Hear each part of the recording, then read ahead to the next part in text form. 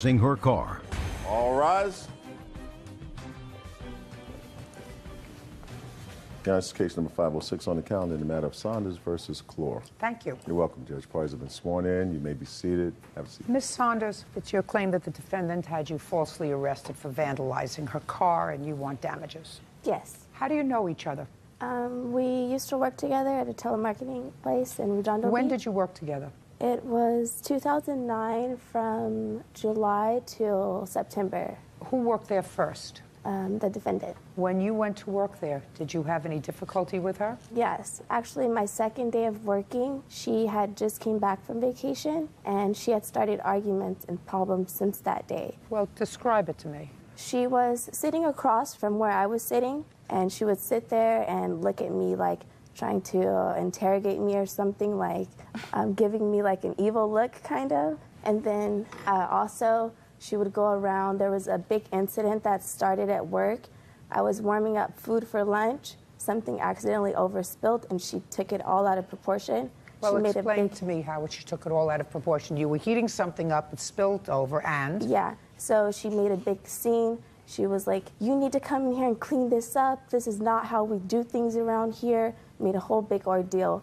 I was like, I didn't know. Well, what happened? You didn't clean up the mess that was made? I didn't know it was a mess made. I just took it out. We only had 15 minutes for lunch, so I just took it out and I just went to go eat. I didn't even double check. I said, it's no problem. I'm grown. I clean up after myself. So I went to go clean it up, and then she was still talking and nagging. I just let it go.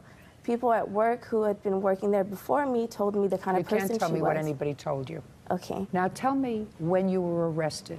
It was September the 9th, 2009. Had you ever been arrested before? No, never. You were arrested at work? Yes. And you were arrested for vandalism. How long did you stay in jail? For 4 days and 3 nights. What was your bail?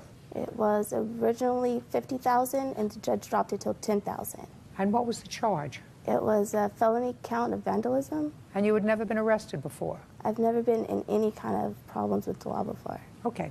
Are you still working at the same place? No, ma'am. Are you? No. When did you leave? When I went to jail, she had a restraining order put against me while I was in jail, so I couldn't return to work. I got fired because going to jail. So around the beginning of September? Yes. And when did you leave, Miss Clore? November. Where did you go? I just quit completely because I had moved at the time and I didn't want her to follow me home again. Okay. Tell me when your car was vandalized. It was on August 8th. I woke up and getting ready to go to work. I was running late that morning and I noticed that my car had been vandalized. How? It was scratched just from one side of the car, on the back of the trunk, and all up the passenger side as well. Mm-hmm. My first reaction, I didn't know what to do, but then luckily I found the note that was put on my windshield wiper. It was a Post-it note from a woman named Mary Smith. Mary Smith? Yes. And where did Mary Smith live? As far as I know, she lived out of town up north. It says here that she was in Atascadero, California, but she was visiting some family in the area. What's the name of the family? I don't know. I'd like to see the police report since you didn't witness anything that happened. I also have photos.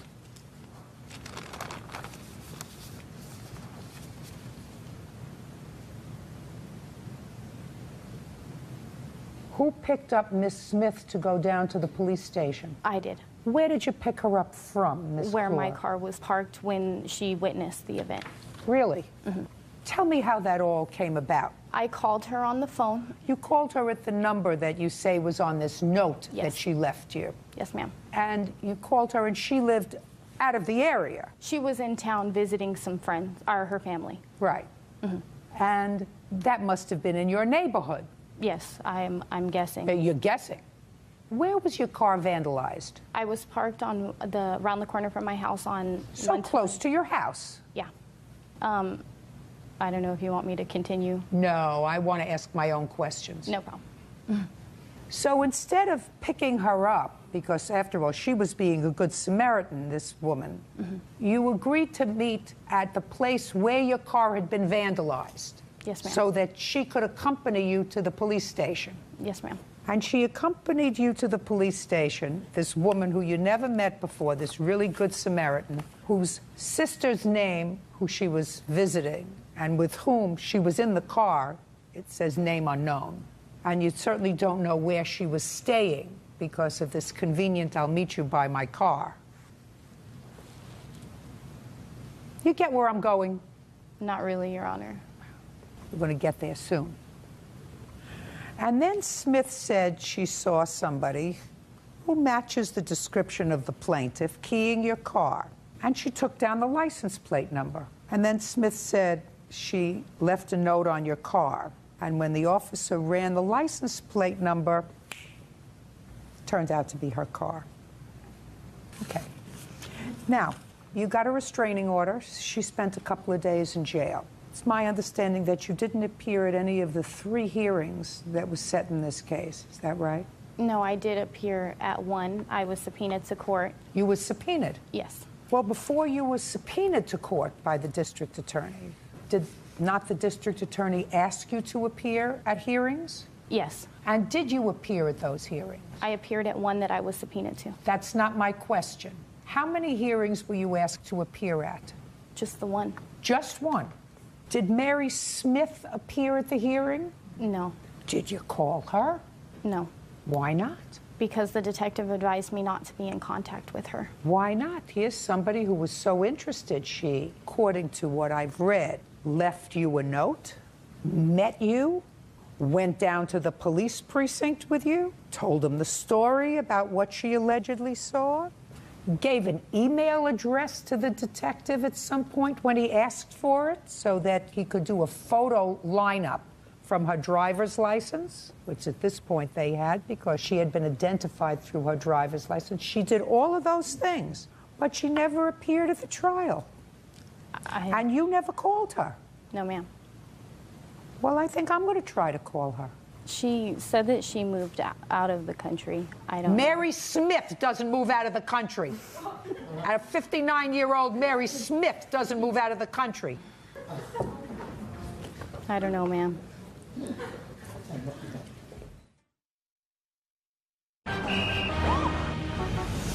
Real cases, real people.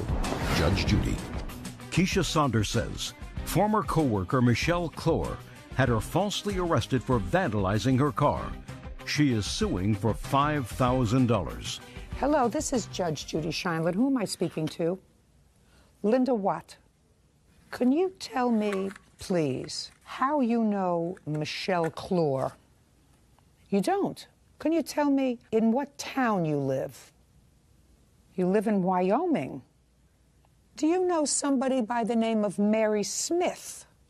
She had your cell phone number as of a few months ago. Well, how long have you had this phone number?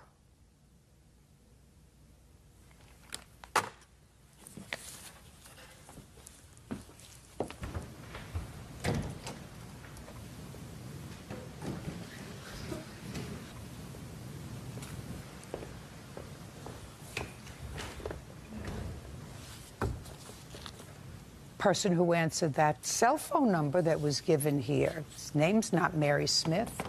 Shouldn't want to tell me how long she had this phone number because it's only a few months old. She says she lives in Wyoming.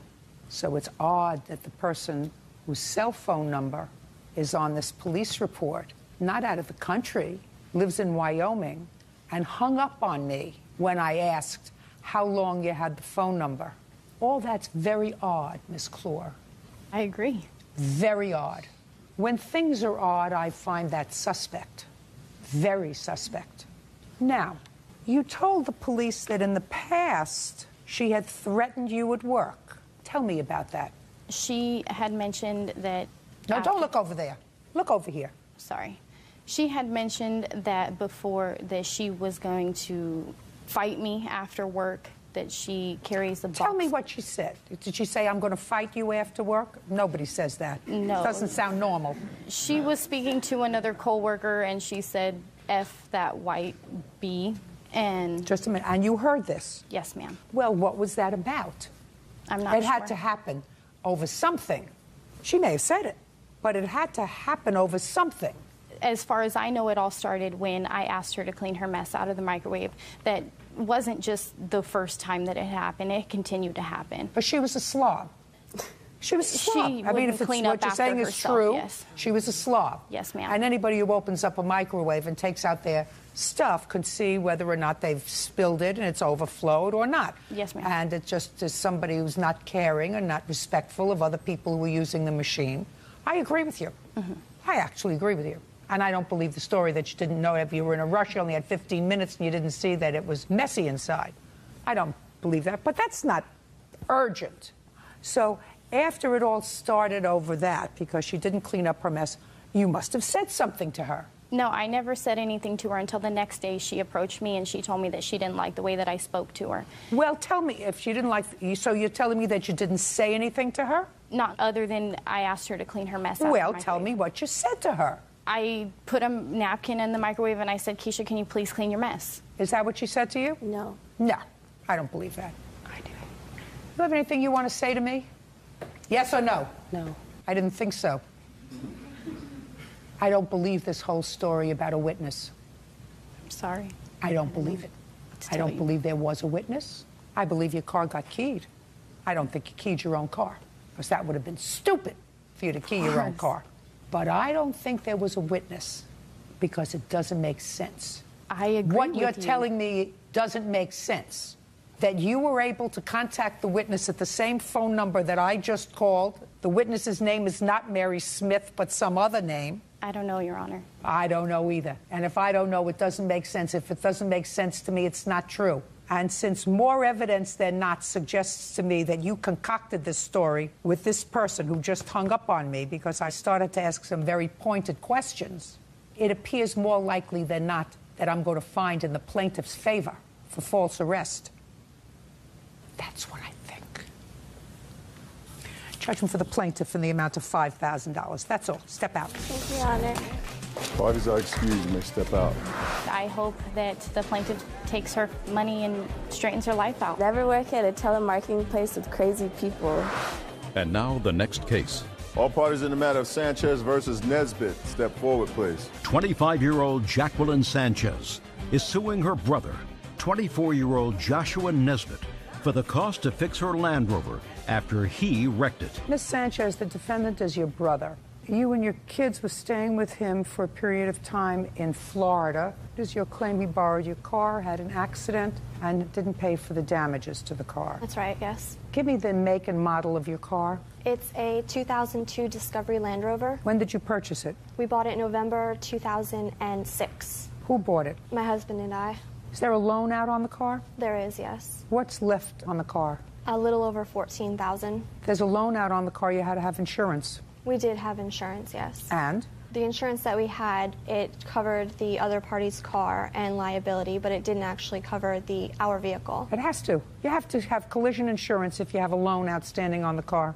Ms. Sanchez? It didn't. Then you did something in violation of the law if you didn't have collision. When I got the insurance coverage, I just asked what we needed, and that's what they gave us. I didn't. No, I don't wasn't- believe that at all. Okay. I don't wasn't- believe that at all. Now, whenever you have a loan outstanding on a car, you have to have insurance. You have to have liability and collision so that the car can be completely covered. You have a letter there from the people to whom this $14,000 is owed? No, because we've still been making the payments on it. You have your insurance policy? I do, yes. I want to take a look at it.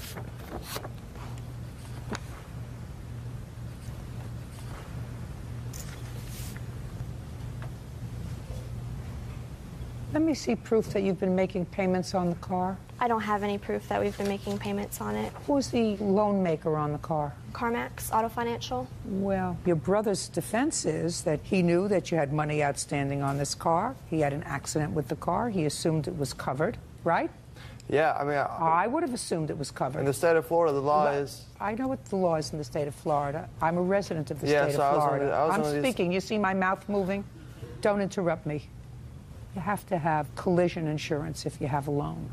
So while I'm going to hear the case, I'm not making any award until I see proof that you've continued to make payments on the car up until the 1st of this month. Okay. When did you have the accident? The accident was on July 28th, 2009. Was it your fault?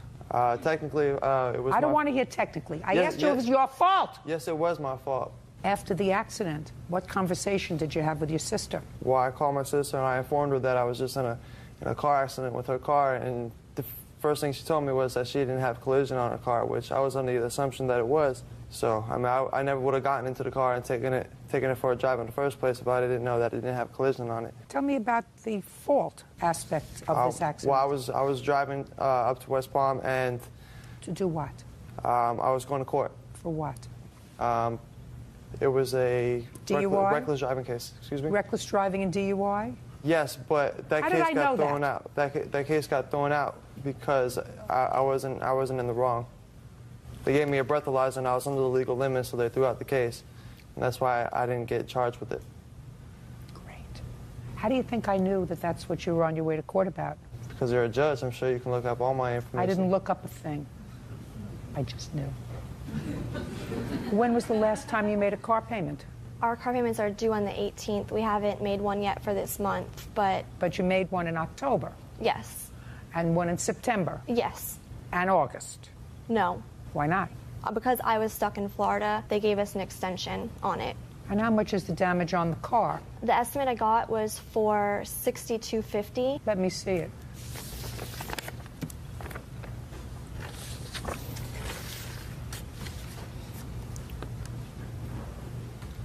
You have pictures of the car? I do, yes.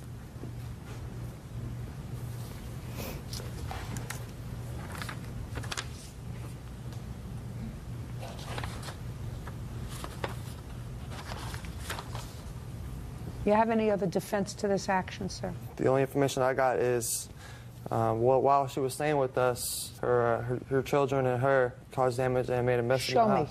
Show me. Oh, unfortunately, before I knew I was coming to court for the case, I had to hire a maid service to come clean my entire house. So I just brought that information with me. Why didn't you clean the house yourself? Because a lot of the things I didn't have the right kind of equipment to clean, like What did you do? my Your two couch hands and a rag. Mr. Nesbitt, I'm not going to torture you any further, sir. Sadly, as between your sister and you had the accident. And the accident was your fault. So as between you and your sister, you're responsible for the damage. I'm not comfortable with your sister's claim that she has been making payments on this car. I'm not comfortable with that at all. So provisionally, I am entering a judgment in the amount that she requests. And when we receive proof by virtue of canceled checks and a statement from CarMax that she was current with her payments, then I will enter a final judgment in her favor for $5,000. Do you understand? I do, yes. Perfect. That's all. Ernest Hunter is suing fellow motorist Jason DeLeo for pepper spraying him during an incident of road rage. Jason claims Ernest came after him with a crowbar. Order. All rise.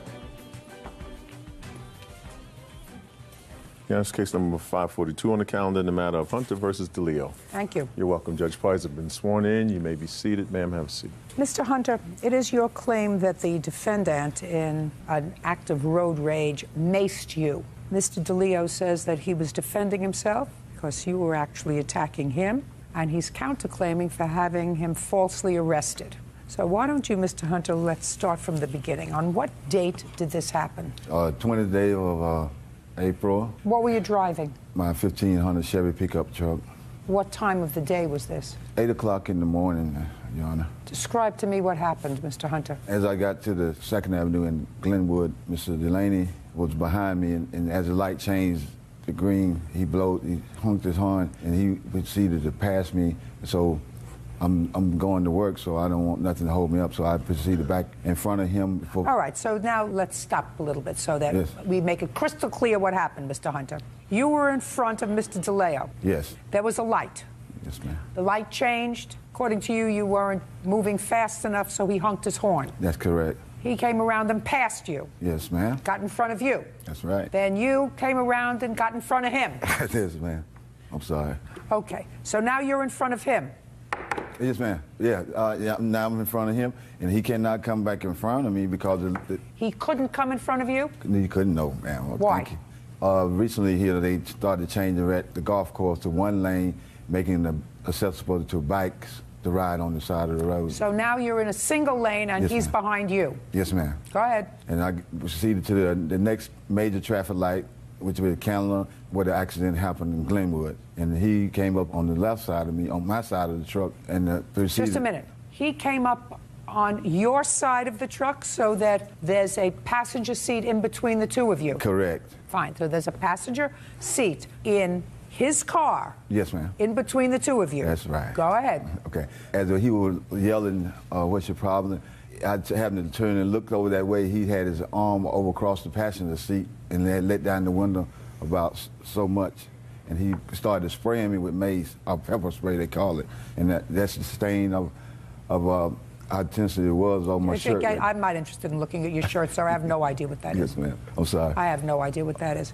So you're telling me he sprayed something at you, but from his side, over the passenger side, in between your two cars, and he sprayed something at you. Correct. And then what happened, Mr. Hunter?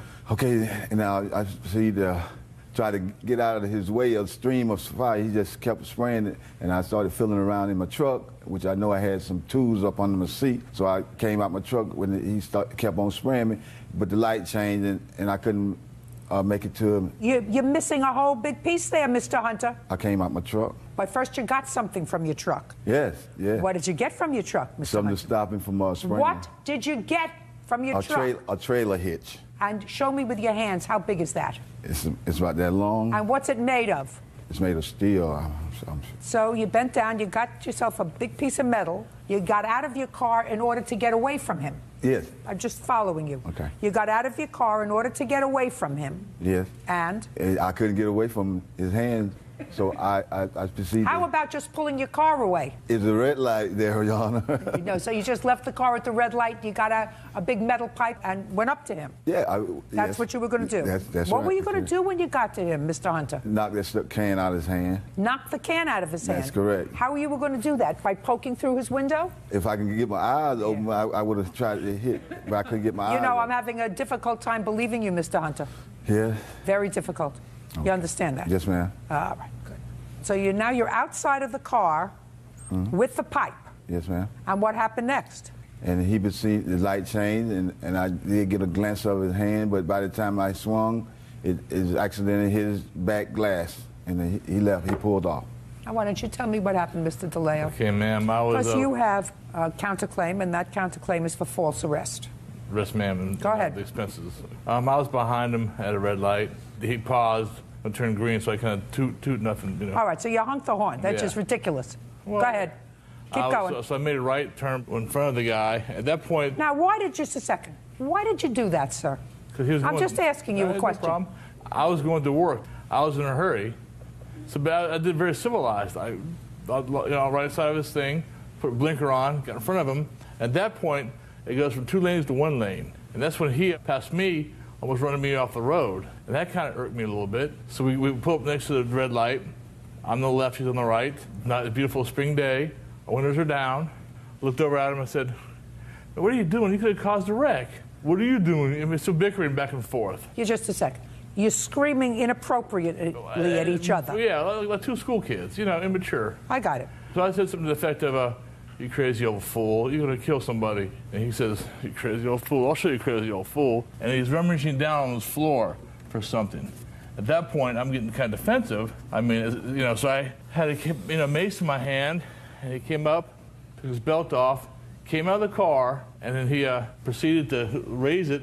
The light turned green. I took off, and it smashed my window so hard that he put a hole in my door. How did he get maced? What do you mean? How did he get mace in his face? When he was coming out, You left out that part of your story. I'm sorry. Okay, it was when he came out of the car. I wanted to repel him, so as he had the pipe in his hand, I maced him. Where was he standing when you maced him? Between our cars. Between your cars? Yes, ma'am. It was like 5 feet gap between 2 cars at a red light. So he was standing next to the passenger Yes, side ma'am, of your car? he did, with a pipe in his hand. And he hit my car so hard, I have photographs of that. I'd like to see where he hit That your he car. put a hole in my middle door, that I have to bond to it now. I'd like to see, just a second. Yes, ma'am. I just want to see where it was hit. And of course, the back window is shattered. So you see the dent in that car, how... Just a second. Is this the passenger door? Rear passenger door, yes, ma'am. Rear passenger Yes, door. ma'am. When the light turned green, I stepped on it to get out of there, and he didn't have the angle to get my door. I'd like to see the police report, please. Yes, ma'am.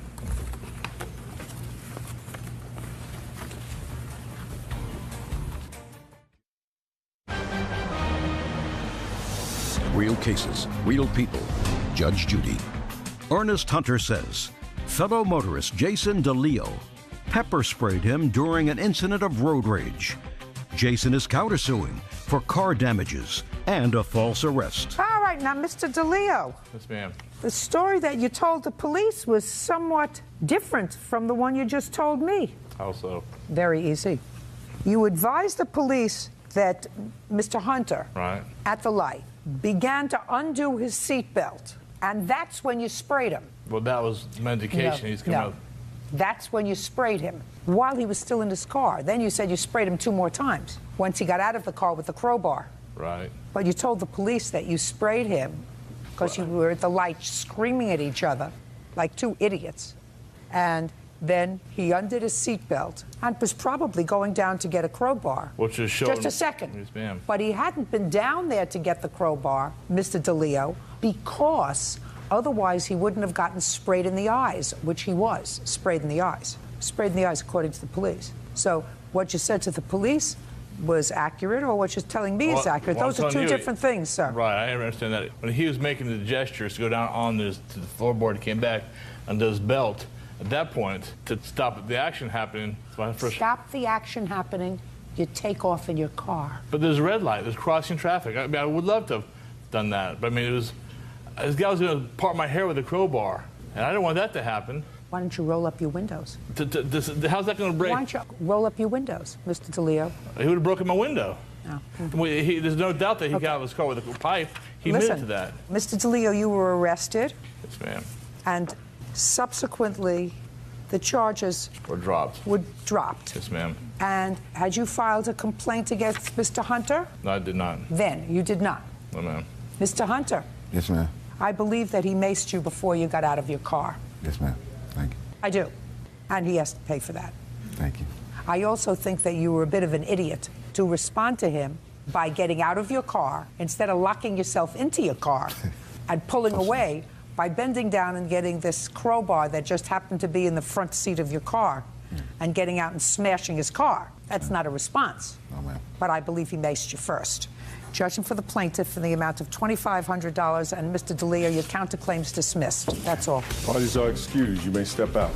It's just our testosterone. It was upsetting somebody to spray you. We're grown men. We should know better. Oh, I never had nothing burn so bad in my life. But we didn't, and this transpired. Tried water, just make it worse and worse. And we're both a little sorry that happened. Just stay calm and don't feed into the fire. And now the next case. All parties in the matter of Hollis versus Parisi, step forward, please. Cameron Hollis is suing his ex-girlfriend, Heather Parisi, for loans to buy new furniture and the return of 2 cable boxes. Mr. Hollis, this used to be your girlfriend. You claim she owes you some money for furniture that you purchased for her. Yes, ma'am. There's no question, Ms. Parisi. Let's start out with this. Now, there's no question that Mr. Hollis paid for the furniture. Correct. When did he pay for the furniture for you? Mid-January. Now, at that time, Mr. Hollis had been out of your apartment for how long? A month. Well, he had been out of the house at your request because you had him taken out by the police. Yes. And you had a protective order? Yes. So in January, you paid the rent by yourself? Correct. When did you first speak to Mr. Hollis after you paid your rent alone in January? Within a day or 2. Did you call him or did he call you? He contacted me. And what did you say to him? I don't recall what the conversation was. What did he say to you? He was very upset about the relationship being over. Mm-hmm. And that he would go to counseling and some extensive counseling and also relationship counseling, trying to work the situation out. And what did you say to him? I just said basically trial and error. I have to see before I believe. And? I honestly haven't seen a change in anything. Well, so when did you see him again? Approximately a week before he purchased the furniture. Now, you tell me, Mr. Hollis, what she said to you when you went into the furniture store. Well, first of all, it was the day before we were together. I believe it was January 12th. We stayed together that night. The next day... Where did you stay together? At the home. Go ahead. So the next day we were out messing around. We come by the furniture store. We'd seen a couch that was on sale for $999. She'd said, I like this couch. If you were to purchase that for me, I'll give you back the money I'm getting on the 16th from an ex-husband. So I thought about it. I mean, we were there probably 2 hours, and I thought and thought. You know, she came across a table with $490 or something. I have the receipt here, which was on sale also. And I finally, you know, because I do anything for the woman, I told her, sure, if I'm going to get paid back, I'll do this for you. So I did purchase the furniture. Where did you stay that night? I stayed with her because I helped her put the furniture together. February 6th comes around. She calls me and she said, would you like to go out and do something tonight? We had a plan for that night to do something, and that's when all heck broke loose. Well, what happened to the 16th? You didn't get your money. I talked to her many times. She came up with excuses, you know, but she purchased a car, she purchased bed sets, she purchased new dogs during this time. That's what kind of made me mad. Like, where's all this money coming from? But you can't. She's like, well, I haven't got the money from my ex-husband. That's all from my paychecks. I told you I'd pay you when I get my money from my ex-husband. But she purchased all this other stuff. That's what kind of was ticking me off. And I was like, you know what? I think I got to go to court about this. Mm-hmm. What happened on the 6th of February? We were supposed to go out that night. We planned, you know, all day. We talked. She kept up to 10 o'clock at night. She was saying, I'm getting in the shower, this and that. I go by the home. She wasn't there. I know the friends she hang out with, and I know where they hang out. So I went there, you know, to talk to her. Like, you know, why lie to me? Why not just... Where did you go? To a bar in Portland. Go ahead. So I walked inside the nightclub. I saw her there, which I knew she was going to be there. And I approached her. I said, you know, can we go outside and talk? No, I don't need nothing to say to you. I was like, you would just, you know, 10 minutes ago tell me that you're in the shower. So I said, I think we should go out and talk about this. No, you can leave. And I was like, okay, well, when I was going to leave, I was drinking a beer that I purchased right then, and I poured it on her head. And to my, you know, I'm thinking, he ruined my night, I'm going to ruin hers. So I walked out. I get down the bar. I get hit in the back of the head by Miss Parisi. Then I just walked out, kept walking. Have not spent any time with her since.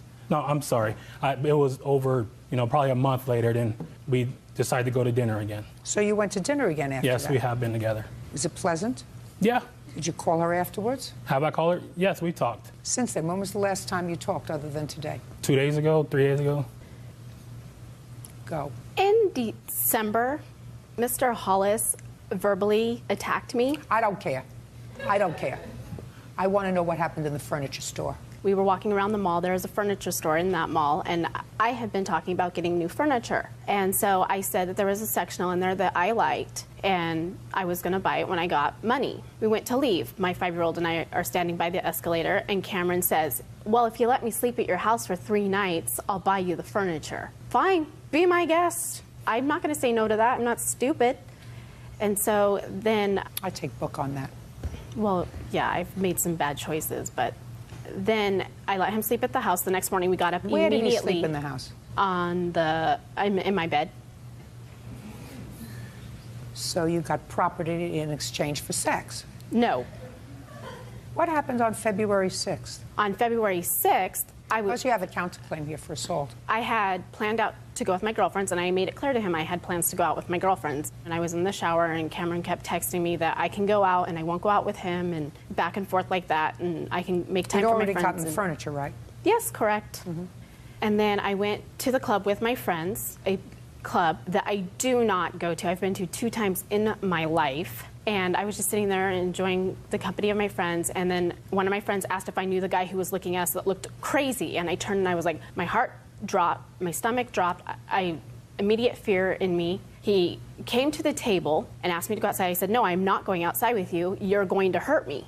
I'm not going outside. He goes, I don't think you want your friends to hear what I have to say. I go, I don't want to hear what you have to say, but if you need to say something, say it. He goes, your friends are just going to drop you off here with some guys and just leave. I'm like, I turned to my friend. And Ms. Parisi, don't you understand, madam, that men don't like to be made fools of? So when you say you're not stupid, and that's why you took the furniture, I think you are stupid for taking the furniture. Because if you weren't interested in Mr. Hollis, and you knew you weren't interested in him long term because you had already been involved with him long term, and you got rid of him. If you were interested in him, you would pass up going out partying with your girlfriends to spend an evening with a guy that you care about. Clearly, that wasn't the case. It was just good enough for him to lay out the money for this furniture for you. That makes you stupid. He's not entitled to pour beer over your head. Yes, you understand that, and you have to pay her for that. That's going to cost you $50. That's a very expensive beer because she has a counterclaim for a lot more than that. She'd like about $3,000. That's not going to happen in this lifetime. So On your counterclaim, Mr. Hollis is going to pay you $50 for his bad behavior in pouring a beer on you because he was embarrassed because you wouldn't speak to him. He, on the other hand, is going to get all the money for the furniture because I believe him, and I don't believe you. I think you're a user. $1,497. Judgment for the plaintiff, that's all. For Lisa Ashpole for a series of unpaid loans. Lisa says the money was an attempt to win her love. Order. All rise. Now, this is case number 156 on the calendar in the matter of Gray versus Ashpole. Parties have been sworn in, Judge. You may be seated. Ma'am, have a seat. Mr. Gray, you and the defendant dated briefly while she was separated from her husband. And according to your complaint, during that time, you made 2 loans to her. The first loan was for an attorney, and the second was to catch up on a mortgage payment. The defendant says you never made any loans to her, but did give her money. Is that right? Yes, it is. Now, when did you meet her? It was during bowling season. I don't know when bowling season is, sir. About 2001. Excuse me? In the fall. Can you get any closer by, say, month? Okay, August. How's that? August of 2001. Yes. And we were just friends up at the bowling alley, sitting there talking and, you know, joking around. Eventually, right around St. Patrick's Day. All right. We're going to have a conversation here, which means you'll talk and then I'll talk. Okay. Did you meet her at bowling? She was a waitress. I was a bowler. Yes. When did you separate from your husband? In June. So you were separated at the time that you met the plaintiff, is that right? No, we were friends when I was at work. So I knew him while I was still married, yes. But in August of 2001 is when you started to date him? No. When?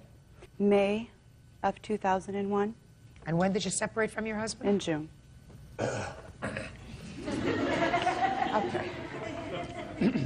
Shh. When was this loan for a lawyer? Roughly August 2001. Is that right? July of 2001. Now, I'd like you to tell me the circumstances surrounding that, sir. You're not very good at dates. Let's see if you're better at the substantive part of it. I'm the lawyer. She come up to me and she was having trouble and she wanted a divorce from her husband. But you were dating at that time? Yes. Go ahead. And I had a good lawyer friend that I referred her to, and he cut her a deal and gave her half of the retainer fee. So I gave her the $750 in cash so she could go get things taken care of. And at that point, I made her understand it was still a loan to her, not a gift. How did you make that clear, sir? Just by talking and told her what I said. I want you to tell me what you said and what she said. She told me she would pay me back within a reasonable short amount of time. She said she would pay you back? Yes, she did. Now, what's your version of the lawyer story? The lawyer story is that he had this great friend that worked on his divorce case, and I needed to get this started. And he gave me the money. Now, what did you say to him and what did he say to you? Let me give you the money. Let me help you. Let me give you the money to get it. Otherwise, where are you going to be? You're not going to have an attorney. I'm sorry, I'm not looking at you. You're not going to have an attorney without any money. Let me help you. Mm-hmm. There was nothing ever about any loan. Well, why would he give any you payback? Why would he give you that money? Why would you not expect to He pay wanted it my back? divorce. You wanted a divorce. Why? I think actually he wanted it probably more than I did. No. No. Why would you think that you should not pay him back? Because I didn't, at that particular time, I did not have the means to pay him back, and he knew that. I had told him that, and then this is also about the mortgage. Well, you didn't get to the mortgage I know. But I knew that I have 3 children. I'm not getting child support. I'm a working mom. I'm not going to give up my home. At one point, I even had 3 jobs to support my means. Okay. Now tell me about the mortgage payments, sir. Well, she was That's behind. the second loan. She was behind 3 months in her mortgage. How did you know that? She told me. Where were you when she told you that? We were probably just sitting in her bedroom. Go ahead. And she said she was 3 months behind. And she asked if I could help her out. And I said, yes, I can. But again, I loaned her the money. And I made the payments. Now I'll hear you. I have never asked him to give me money. I have never asked him to loan me money. I never asked him for anything. We might have been sitting on my bed talking, and I was venting because I was very upset. I was behind. I was not getting any help from my husband that had moved out, but I had never asked him for anything. You told him that you were 3 months behind in your mortgage payment. How did he pay the mortgage payment? Actually, I was paying bills, writing things out. On the bed? Because I had it out, right. I was paying my other bills that I could afford to pay. I could not afford to pay this. He took the statement out of my hand, picked up the phone, and made a check over the phone to pay the mortgage. And I was telling him, is that no, right, sir? You please paid it over do the not phone? do that. I made it by Visa, yes. You made it by Visa over the phone? Yes. And I kept saying, please do not do that. Because if I would have had anything to do with this, I would have at least made him make sure that he paid the right amount. Because he didn't pay the whole thing. How much was the mortgage? $3,000. Your Honor, I would like to also say some other things that I have here. Go ahead. After my husband had left, we've never lived together, but Tim never went home. He asked me if he was getting low on his check, should he reorder some and put them in my address. I told him no, it was too soon. I did not think that this was a good idea.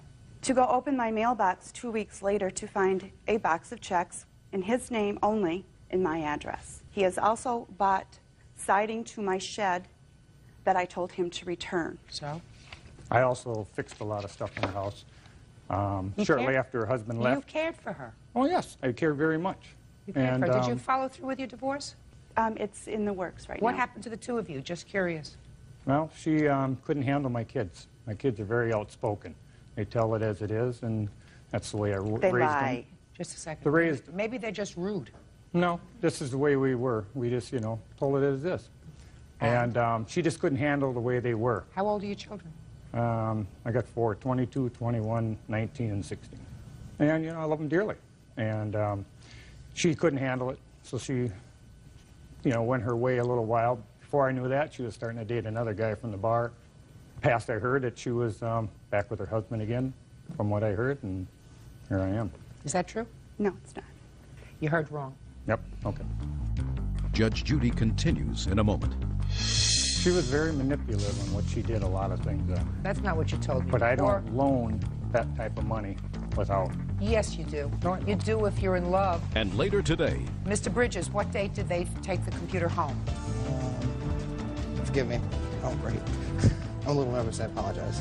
Don't be nervous. I only eat litigants on Tuesdays. Just Tuesdays. real cases, real people. Judge Judy. Tim Gray says ex-girlfriend Lisa Ashpole owes for a loan to retain a divorce attorney and a separate loan to pay her mortgage.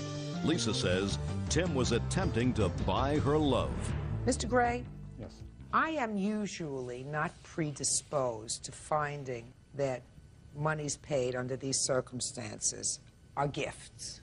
I'm usually predisposed to find that even under these circumstances, there is some obligation to repay money. Because if I find that one person is trying to get over on another, I think there's a certain inequity there. If you care for her more than she cares for you, and she's using that and is sort of bilking you for money, I think that that's an immoral thing, and that shouldn't happen. I don't get the sense of that here, sir. I really don't. What I do is sense, Mr. Gray, that you cared for her. You wanted her not to be stressed. You knew she was hardworking, and she was trying to make ends meet. She wasn't getting much money from her husband, the father of these children, and you wanted to help her because you cared for her. You had checks printed with her address. You planned on moving in to her home. You planned on being a family together. So I don't believe that under those circumstances you would have said to her, this is a loan. But I don't believe that that happened, sir.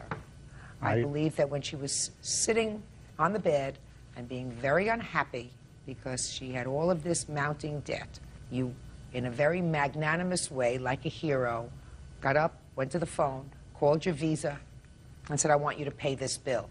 that wasn't the way it happened. I think it probably was, Mr. Gray. She was very manipulative in what she did a lot of things on. That may be true, sir. That's not what you told me But before. I don't loan that type of money without. Yes, you do. No, I don't. You do if you're in love.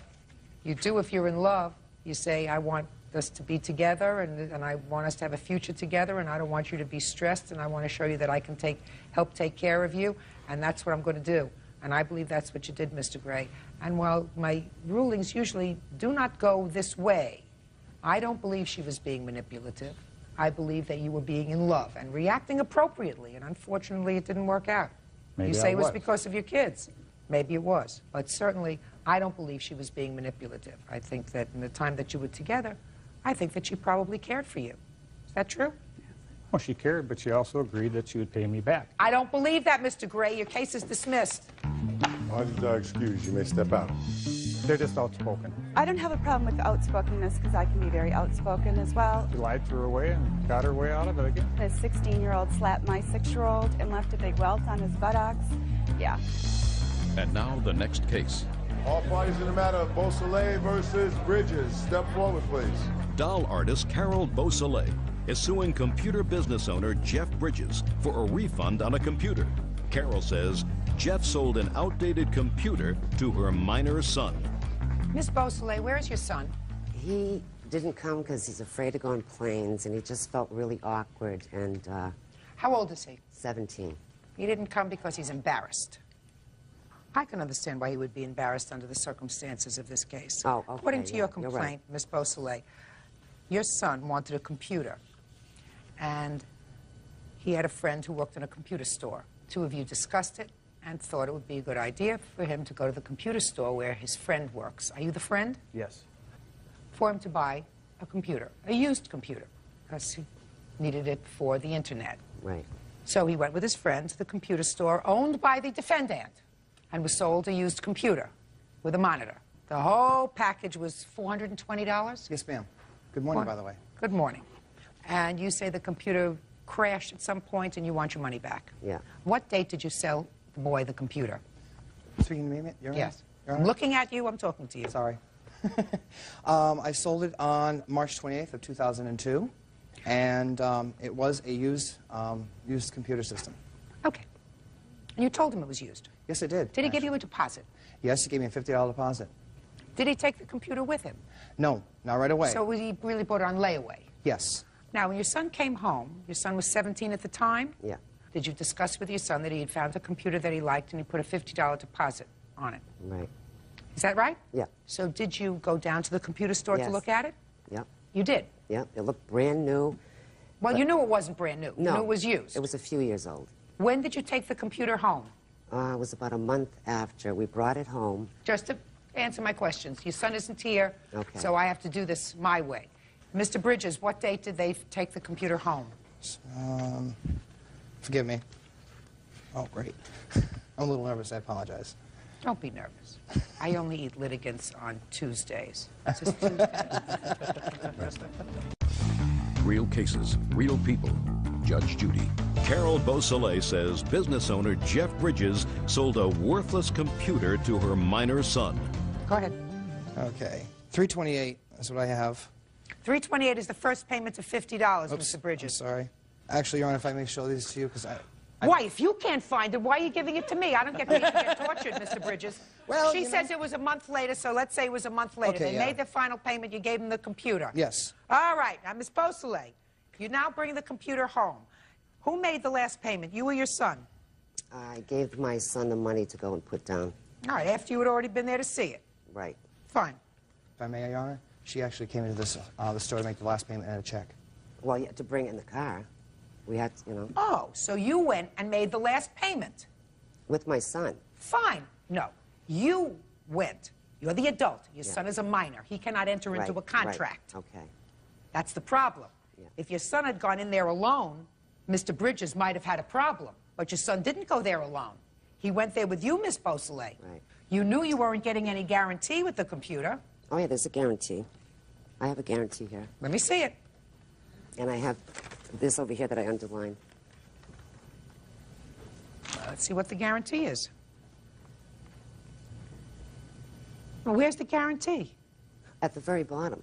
It says all repairs are guaranteed for 30 days. But, I mean, as far as the warranty, too. There's a warranty on it. Listen, help me out here. Just let her point it to you, Bird. You can point it to me, and then make my life easier. May I speak? No. Okay, sorry. Okay, he reassured me. I mean, you know, because we were going to have it fixed, and then... Miss Beausoleil, there was no warranty with this computer. The piece of paper that you gave me said that all repairs done by them are guaranteed for 30 days. You have a document there that does not have a warranty. Is that correct? Okay, but on the day we picked it up, from that date on, we still had the 30 days. No! You don't have 30 days. You didn't have a computer repaired. You bought a computer, a used computer that came without a warranty, which is exactly what I said. Yeah. Yes. Okay. It's getting harder. Now, you bring the computer home. What happened when you got it home? So he set everything up, the technician helped him, and then the system stated it wasn't internet ready, that he needed a lot more RAM. So that was fine. So Linus offered his assistance and added these few things for the computer. And then when I called Jeffrey... Linus? Is that your name? Yes. Good. Yeah, that's my Yes is all I need from you. So he came over and he added stuff for the, yeah, to the which computer. was nice. I mean, we didn't think there was a problem with the computer. Good. We thought it Next. just needs a few RAMs. So then I called Mr. Bridges to tell him, and he says, well, you know what, Carol, the new modem, it's in the mail. It hasn't arrived yet, but you can use the one we have. But, you know, I just closed my business. He was open for a month. And I figured, well, we'll Did just it have him... work? Listen to me. Did it work after Linus put in the RAMs or doodads or whatever it did? Did it work? It was... For a day, for 2 days, for 5 days? It worked for some game procedures, but it was very slow. I don't care if it was slow or not. Yeah. It's an old thing, as my husband says. You know, when he has a computer and it's more than 6 months old, he says to me, oh, it's a dinosaur. I need a new computer. You know? Yeah. But it worked. Yeah. So what are you complaining about? Well, when I talked to DSL, they said they couldn't, that we couldn't deal with DSL. So in other words, my son couldn't go on internet. He couldn't go on the internet.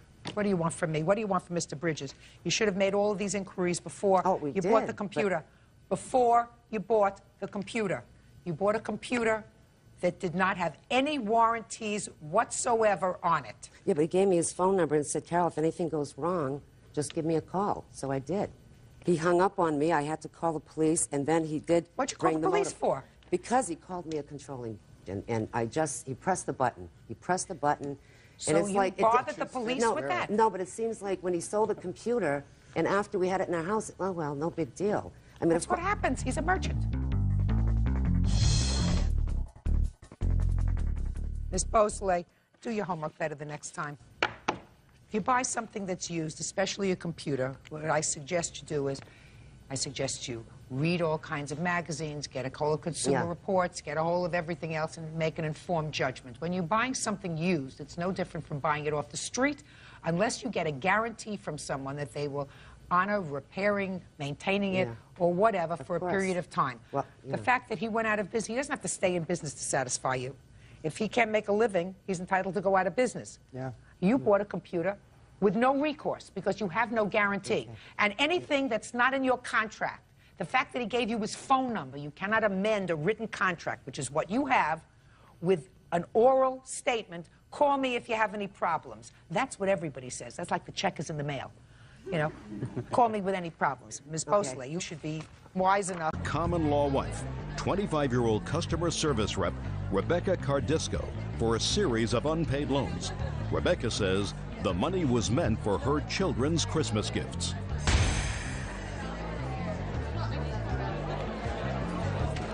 Order. All rise. Yeah, this is case number 193 on the calendar in the matter of Harris versus Cardisco. Thank you, Bird. Quite welcome, Judge. Parties have been sworn in. You may be seated, sir. Have a seat. Miss Harris, is this your son? Yes, ma'am. Is this the son that has 2 children with this lady? Yes, ma'am. It is your claim that the defendant owes you some money for a series of loans. She and your son, I assume, lived together or were together for a period of time because, according to what I've read, they have 2 children together. Yes, ma'am. How old are your grandchildren? 3 and 1. And John also has 2 stepsons, which were Rebecca's children. Well, they were never married. No, but he has custody of them. He has custody of her 2 children that are not his biological children. Yes, ma'am. So you have custody of all 4 children. Is that right? Yes, ma'am. What is wrong with you? Shh, quiet. We We're going through custody right now. No. I could understand when you have a custody dispute involving parents, two biological parents, judge has to weigh what's in a child's best interest. But when a judge, unless the judge is educated on Jupiter, gives non-biological children to not even a step-parent, because the two of you were never married, to somebody else, there has to be something wrong with you. Do you have a drug problem, an alcohol problem? I did, Your Honor. I did have a drug problem, and he doesn't have full custody of the children. It's going through social services. Well, but who do they live with 5 days a week? Right now, him. Fine. So, and they go to school from his house? Yes. So right now he has custody? Yes, Your Honor. And are you in a drug program? Yes, I am. Did you go into a residential program? When I get back in town, I am. So you are not now in a residential drug program? No, but I'm in an outpatient program right now. How long were you using drugs? For 3 years. After I had my daughter, I got in a car wreck and had a lot of back problems. Oh, everybody has back problems. But not everybody becomes addicted to drugs. Okay. Tell me about the loans. Okay. Basically met Becky in March of '98 when she was living with her another boyfriend in the same complex we did.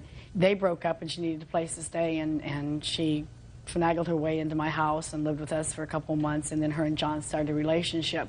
Then the first grandchild was born in 9 of '99, and from that point on, it started being just a big con. Every couple months, every couple weeks, she needed this or needed that or needed help with this. Then they broke up for a while, and she had her own apartment and would hold the baby almost hostage. If you want to see your granddaughter, you'll give me this. She had a car wreck in 11 of '99, and that's when she got her back hurt and started taking Vicodin and Zoma and got addicted to them. And then she got pregnant again with my second granddaughter and had her Also no testament to his good judgment. Yes. Okay. And she was born in March of 2001. Now, when she lived with you, she also lived with you with her other two children. Yes, ma'am. I supported her and her two children then. And then, after the second baby was born, she really got deep into the drugs. She, at one point, had 8 drug felonies on her. 2 of them were where she used my name to get the drugs. And she was actually able to con her way out of those charges. She got something called drug court, where she gets to go in and talk to somebody once a week. And at what point did they remove the children? In May of this year. Were either of the girls born with any sort of drugs in their system? No, ma'am. Were either of them tested? No, ma'am, so there's no way to know for sure. Where does your son live now, Miss Harris? My son lives in Fort Collins with the children, and I travel there every day to help him with the children. Stand there. Who takes care of the children? I do. My mother helps. You work? Yes, ma'am. What kind of work do you do? Construction. How do you support yourself? Right now, I don't have a place to live. That's why when I go back, I'm going into treatment. How do you expect her to give you any money? In July of this year, Becky claimed she got a $50,000 insurance settlement. Did she you? went out and bought a new car. No, I Did you? No, I didn't. My grandmother. Did you get any money? My grandmother gave me a couple thousand to get me a car so I could get a job. And what'd you do with the car? It broke down. Did you ever tell Miss Harris that you got a settlement for something? I did tell her I had gotten some money and that I would give her some. I did tell her that. But I didn't have any. And as far as... You didn't have any what? I didn't have any money. So what you told her was a lie? Yes, Your Honor. How much money do you owe her? I do owe her money. She did give me money for Christmas. I'm not going to say I don't owe her anything, because I do. So I'm asking, how much do you owe her? I don't know for sure. I mean, how much does she owe you for Christmas? For Christmas alone, $800. But prior to that, I gave her $500 for rent in November, $500 again rent for January and I even had to take loans out from where I worked for me to survive because I was giving her money. Did you expect to get that money back? Yes, Ms. I Harris, did. my question is, seriously, did you expect to get that money back from her? And I mean, you can get a judgment, but I'm going to ask you honestly. Yes, ma'am. Where is she going to get the money from? She would actually sit there on the phone in front of me and be talking to the insurance guy. Actually sit there talking to him, but she actually wasn't talking to him. And she was having a conversation with nobody. Yes, I'll come down and get that check. At one point, I mean, several times she was supposed to pick up a check. She had John and I believing she got a $50,000 check. She was throwing money around. She went and got a $150 perm. She gave me a $100 bill one time to thank me for watching her kids because she'd been out of the house for almost 3 months. I actually thought she was getting a settlement. Then I find this letter in the house. She settled for next to nothing in November of 2000. Let me see. Judge Judy continues in a moment. You didn't tell them that you were settling it. You just wanted the money right away. Yeah, I didn't. Yeah, I know. But you're doing drugs. You need some money for drugs. Nonsense. Nonsense. And later today, If she's the co-signer on a note for your car, then you're supposed to pay for the car. Right, which I pay her for. Let's go slowly, Mr. Gaffney. My father didn't raise idiots. real cases, real people. Judge Judy. Rosemary Harris says her son's former common law wife, Rebecca Cardisco, owes for several unpaid loans. Rosemary claims Rebecca is a drug addict. So you settled this accident claim despite the fact that you had an attorney. How much did you settle it for? I think it was around $800. The attorney said that they couldn't get any more, and if they could, it was going to take a long while. You didn't tell them that you were settling it. You just wanted the money right away. Yeah, I didn't. Yeah, say I know. was settling. That's what you did. You had a lawyer. They got fed up with you because you settled with this company after they had made some expenditures. But you're doing drugs. You need some money. You need some money for drugs. Look, as far as I can see, she owes you for 3 months' rent and $800 for Christmas. She doesn't know how much she owes you. That's $2,300. Has she, I assume, not given you any child support for the 3 children? Not as of yet, no. Have you worked in the last 5 years? Yes, Your Honor, and he did receive child support last month. How much? I gave him $500. From where? Between him and his mother. From where? I got some money from my grandmother. From your grandmother? She gave me some money to give him for the children. He said that he needed it for the children. And I have a job. Do you use drugs or do you sell them occasionally? I don't do either. I've been clean. Judge, there is a judgment now. She's supposed to pay $575 a month. Good. That's what she's supposed to do. Somebody else is taking care of your children. In the meantime, she owes you $2,300. Miss Cardisco, I wish you good luck in residential treatment. If you want it to be successful, you have to stay there. You can't go in there for 6 weeks, or for 4 weeks, or for 12 weeks and say it's over. You have to stay there. What is it, a year or 18 months? Is that what they want you to stay? 60 days. 60 days. Nonsense! Nonsense! Bert and I were in family court between us for more years than you're alive. And no residential program where you just go for 60 days is going to keep you off drugs permanently. You have to go into a drug-free environment for a long time. You've been on drugs for at least 3 years. Don't kid yourself. 60 days is not going to do it. 30 days is not going to do it. You have to do it. You have children. You made children. They need you. Do you get it? They need you. Stay with it. Find the right place and stay there. You're a young woman. How old? 25. 25. Got a lot of years ahead. They can be miserable. You can have a miserable life or you can have a happy life. You still have another 50 years of happiness. You have 50 years of misery. Choice is yours. That's all. Parties are excused. Let's step out. Becky's nothing but a con. I do have problems and I have issues, but they're not any better than I am. Any better. I'm the primary caregiver because Becky's a drug addict. I never kept her grandchildren from her. I was afraid she was going to try to take off or do something with them. I didn't know what she's capable of. I mean, she just made me look like an idiot in there. And now the next case. All parties in the matter of Gaffney versus Gaffney. Step forward. Sunday school teacher Betty Gaffney is suing her son, 23-year-old Bill Gaffney, for stealing money from her bank account. Bill says he only took enough to make his car payment. Mrs. Gaffney, the defendant is your son. Yes, ma'am. And it is your claim that your son took your ATM card, which you gave him, along with your PIN number. Yes, ma'am.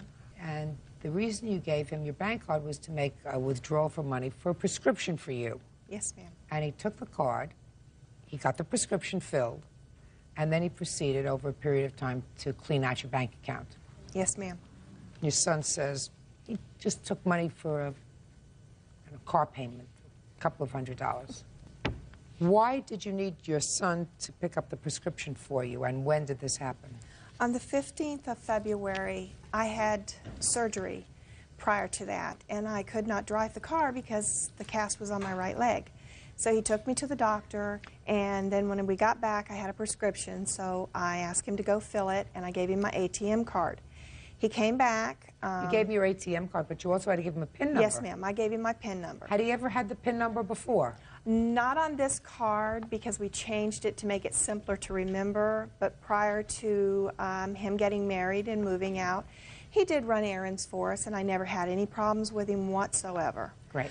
On that day, I felt really uncomfortable when he came back, so I kind of slid the card underneath some papers on the breakfast bar. So he returned the card to you? Yes, ma'am, he did. And then... How much was the prescription? It was about $15. Okay. He went on about his business, and my husband asked me we only had one card at that time. My husband asked me a couple of days later where the ATM card was, and I couldn't find it. Thinking it was the medication I was on that I couldn't remember, I just said, I'll find it, I'll find it. Then a couple of weeks later, my husband asked me to transfer money. I called, and they said there was only like $59 in the bank. I said, something's wrong. And I called the bank back and found all these withdrawals that I knew that we had not done because we didn't have a card. Over what period of time, from the 15th of February, to what date were these withdrawals made from your account? Through the 25th.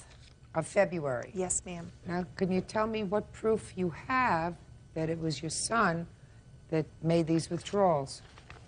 I had the loss prevention department at the credit union, knowing the ones that I had not done through my checkbook.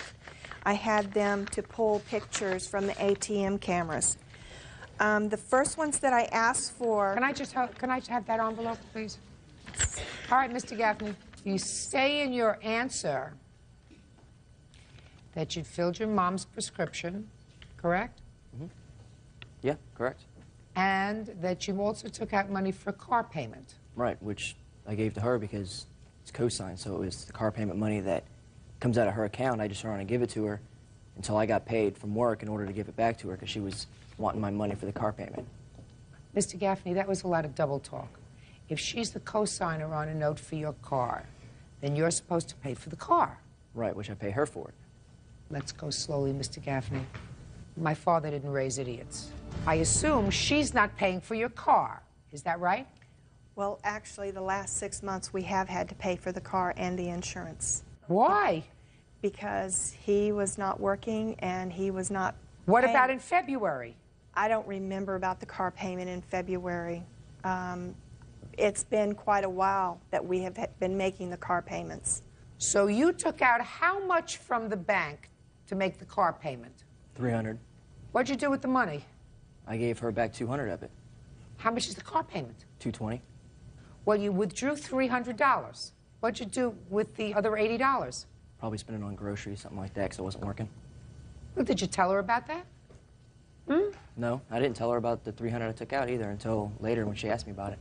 Oh, but that's all you said you took out, and that was all on the same day, is that right? Correct. That was all on the 15th of February, that you took out $300 that you never told her about, and the $15 for the prescription. Right. Is that right? So if there were pictures here that show you taking out money from her ATM after the 15th of February, these pictures would be mistaken. Is that right? Could be. I don't understand what that means, Mr. Gaffney. Could be. You never saw these pictures before, is that right? Correct. So what you're telling me is, sir, that if I were to look at these pictures and it showed, let's say, that on the 20th of February, you're using her ATM card, then that might refresh your recollection that you did, in fact, use the ATM card. She could have went, because she was on my account, she could have went and got pictures of me using my own ATM card. No, the bank is only sending pictures, sir, of transaction when you are using her ATM card. Well, if she's got pictures, I'd like to see them because I don't So believe is it possible, sir, before I look at these pictures, is it possible, sir, that you used the ATM card, hers, at a time after February 15th? Not to my recollection. Well, I want you to think hard, sir. I mean, it's much easier, Mr. Gaffney, for you to say to me, listen, my family was in a difficult position. I didn't have any money. I took back the ATM card, and I took out another $1,000 or whatever it was. I needed it. I needed it for groceries. I needed it to feed myself and my family. It was a mistake. It was the wrong thing to do. That's an answer. If it's not true, then it's not true. Then I'll look. It's not true. You never used it after that. Nope.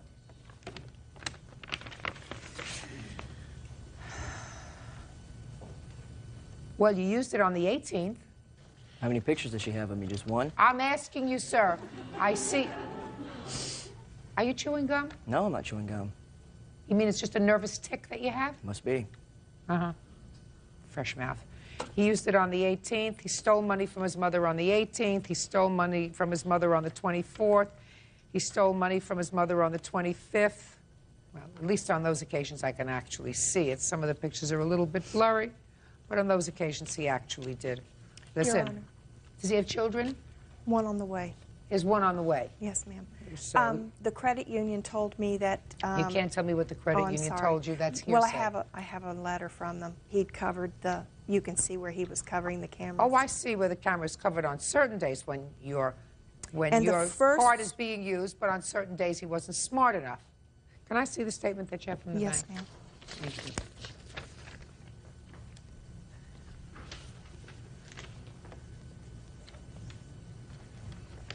Does your son use drugs? I don't believe so. I Good. do know that he was drinking quite a bit. He makes a lousy drunk.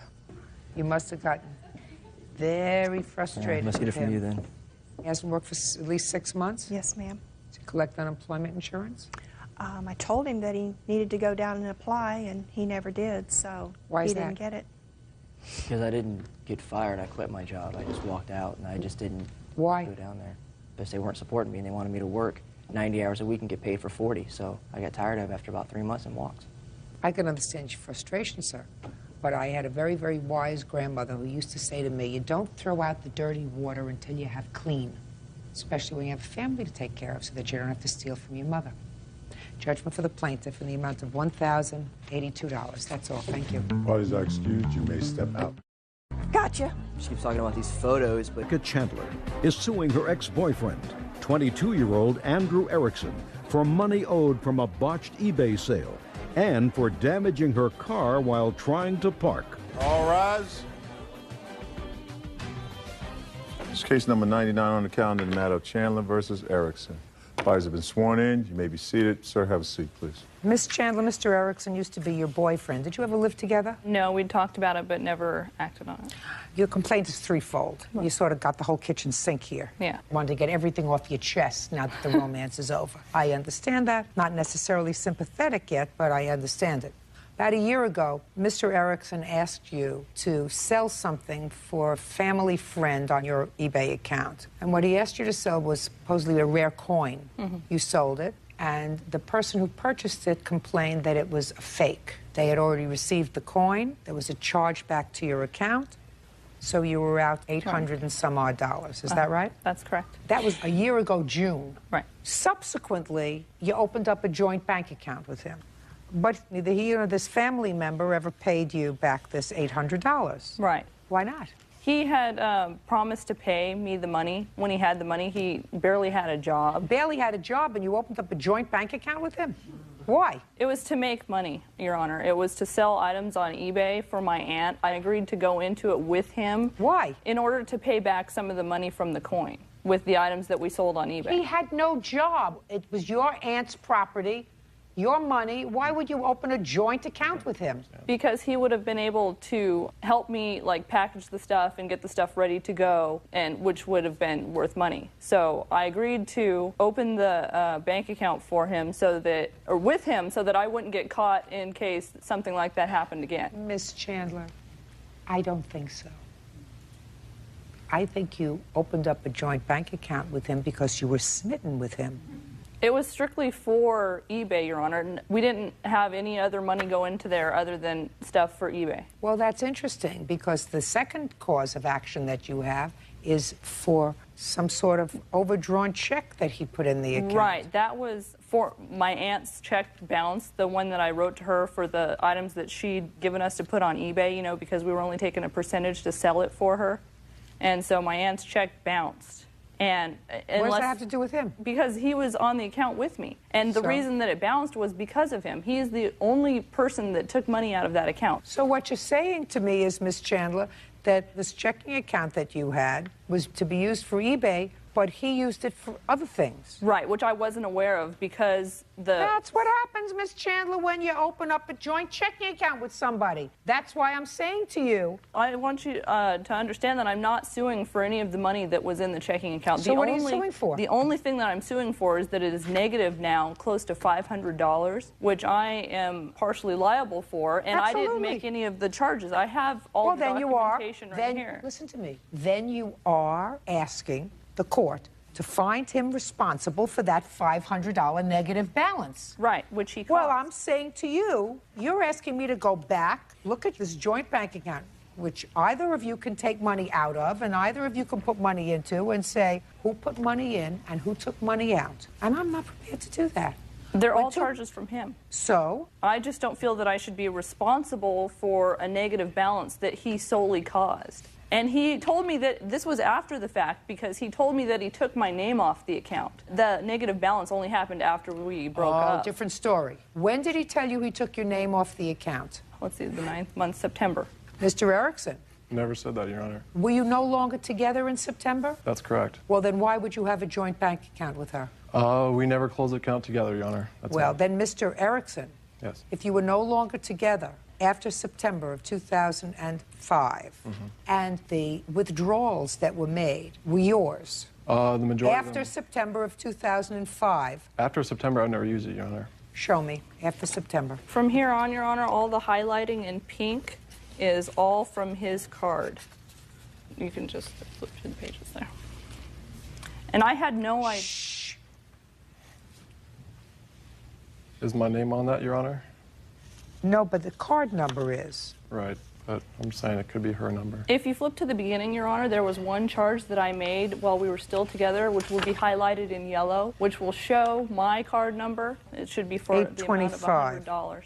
You have two totally different card numbers. That's correct, Your Honor. Okay, so you took all this money out for whatever. You went to McDonald's, you bought something for $2, you put it on this thing. You had an ATM withdrawal, cash withdrawal, $20.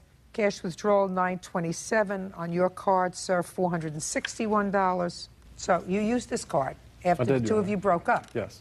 Okay, so why should she be responsible for that? She used it too, Your Honor. And most of the money we made on eBay. No, she didn't use it at all after September. Okay, Your Honor. But what I'm saying is the stuff we sold on eBay, $70 of that was the stuff that she brought in. Everything else, I brought in.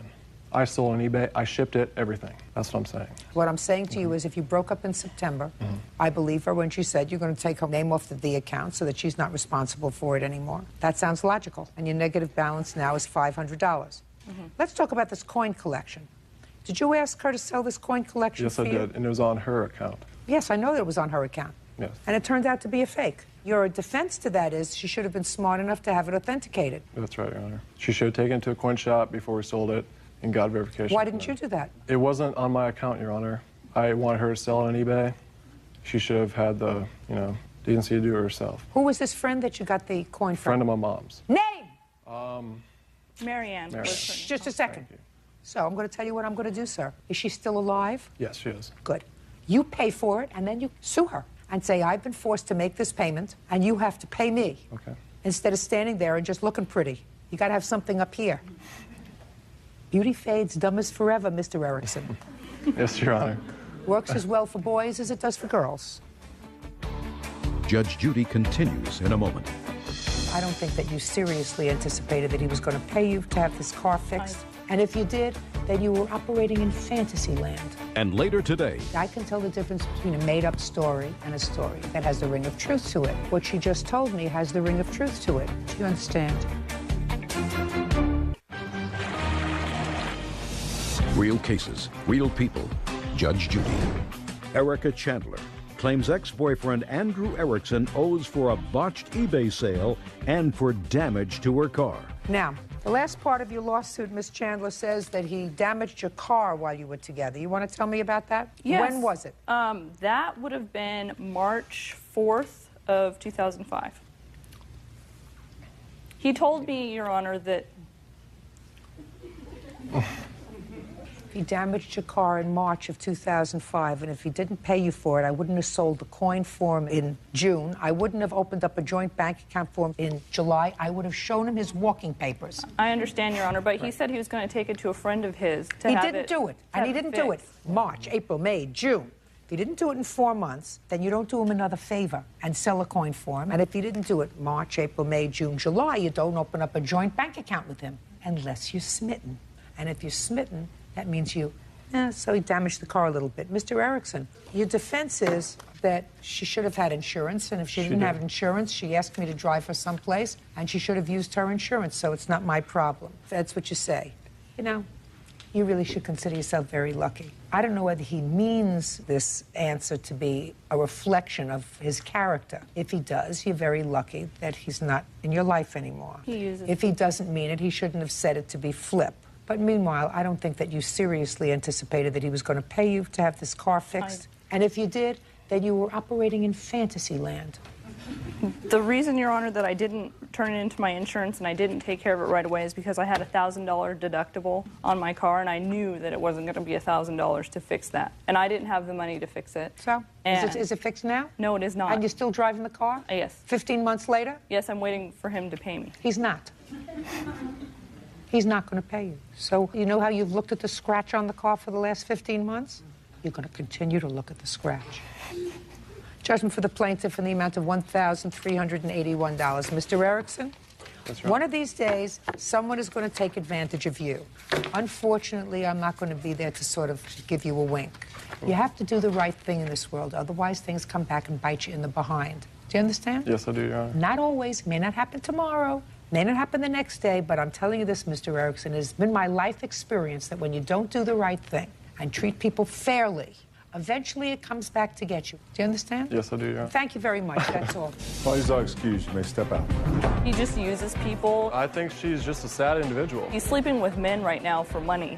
Oh, God. No, that's not true. And he's not even gay. She was sleeping with me when she was with her boyfriend. Last time Mr. Erickson and I met, he tried to beat me and burn me with a cigarette. He called me talking crap, and I went over there. And he was drunk, and he was flailing like a stroke victim. Be careful who you trust. He's not exactly the type you take home to mom. Stay away from, well, I wouldn't say women in general, but try to pick them better. And now the next case.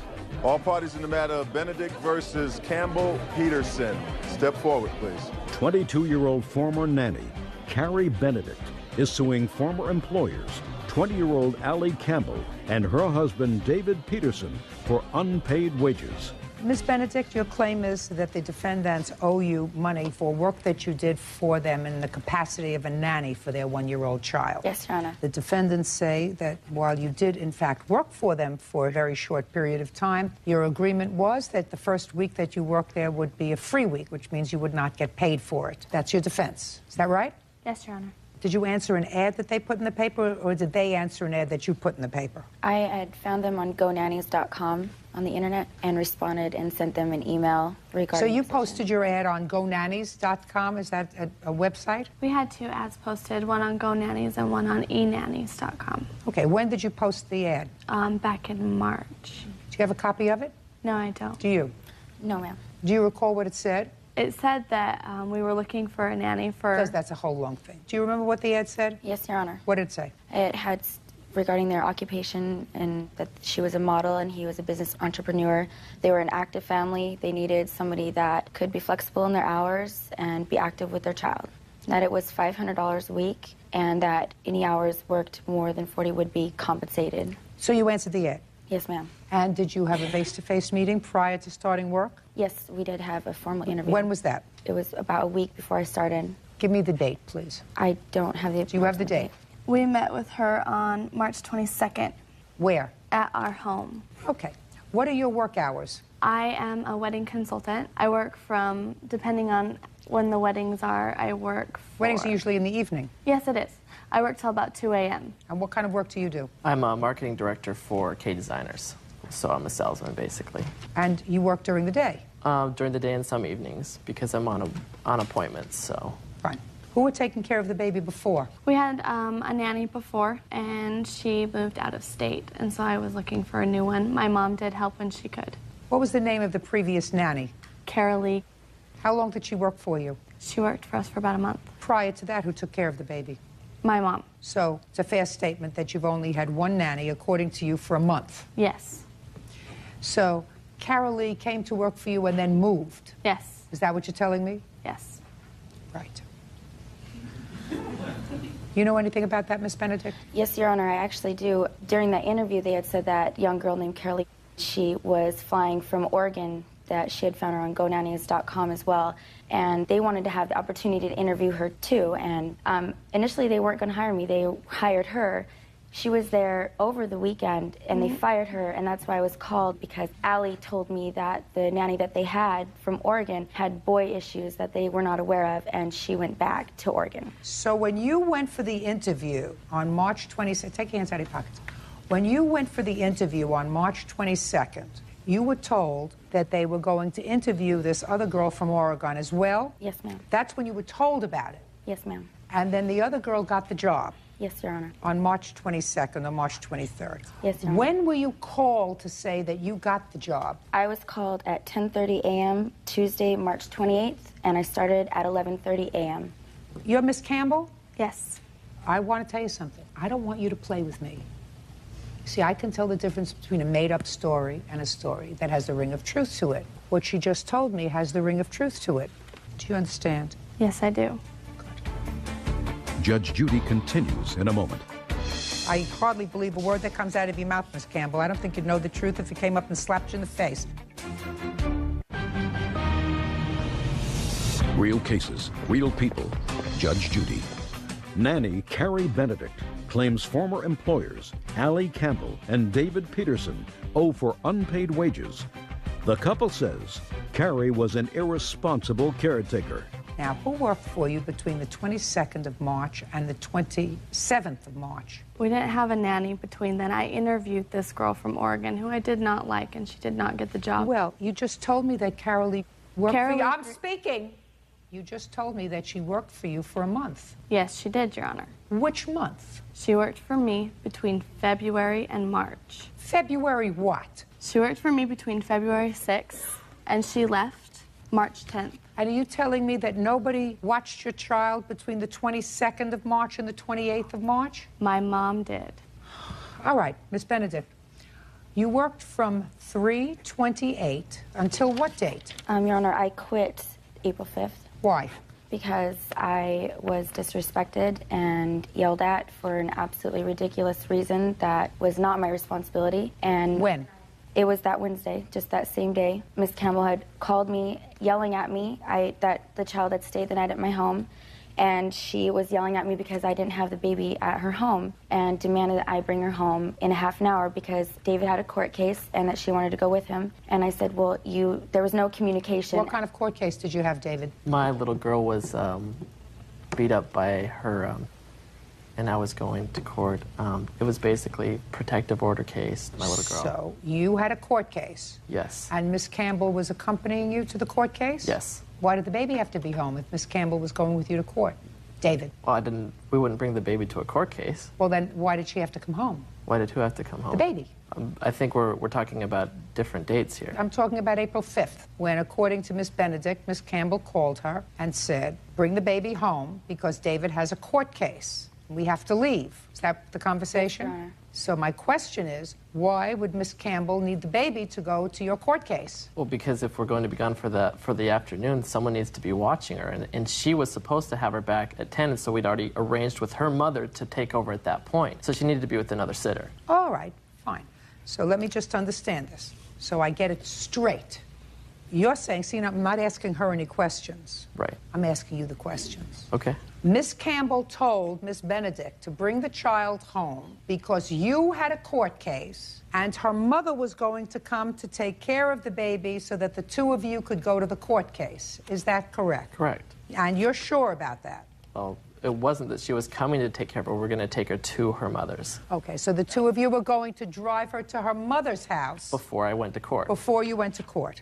Correct. That's the reason why, is that right? That's the reason why. I want you to read what I have underlined here, sir. That's the response to this lawsuit. What does it say there?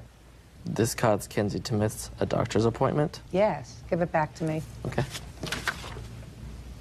That's not true, is it? It wasn't a doctor's appointment that was at issue here. It was you're going to court, according to you, and taking the baby over to her mother's house so that her mother could watch the baby. These are two separate instances, though. Really? There was an instance where she needed her shots and was unable to get them and did miss a doctor's appointment. And then the last one where she got fired was when, you know, we missed a court case because she didn't bring the child back when she said she would, and we were unable to reach her for 2 hours. It became clear to me that Carrie was too irresponsible to be our nanny. Therefore, I fired her that day, April 3rd. Judge Judy continues in a moment. Want justice? Go to judgejudy.com or call 1-888-800-JUDY. Listen, I don't know why I'm torturing these people anymore. When somebody works for you, they get paid. You work, you do weddings, you get paid. You work, you do whatever you do, you get paid. Somebody doesn't work for you for a week for nothing. And if you have your mother as a free babysitter, that's just great. But when you hire somebody, there's no slavery in this country anymore. Ridiculous. Your defense is stupid.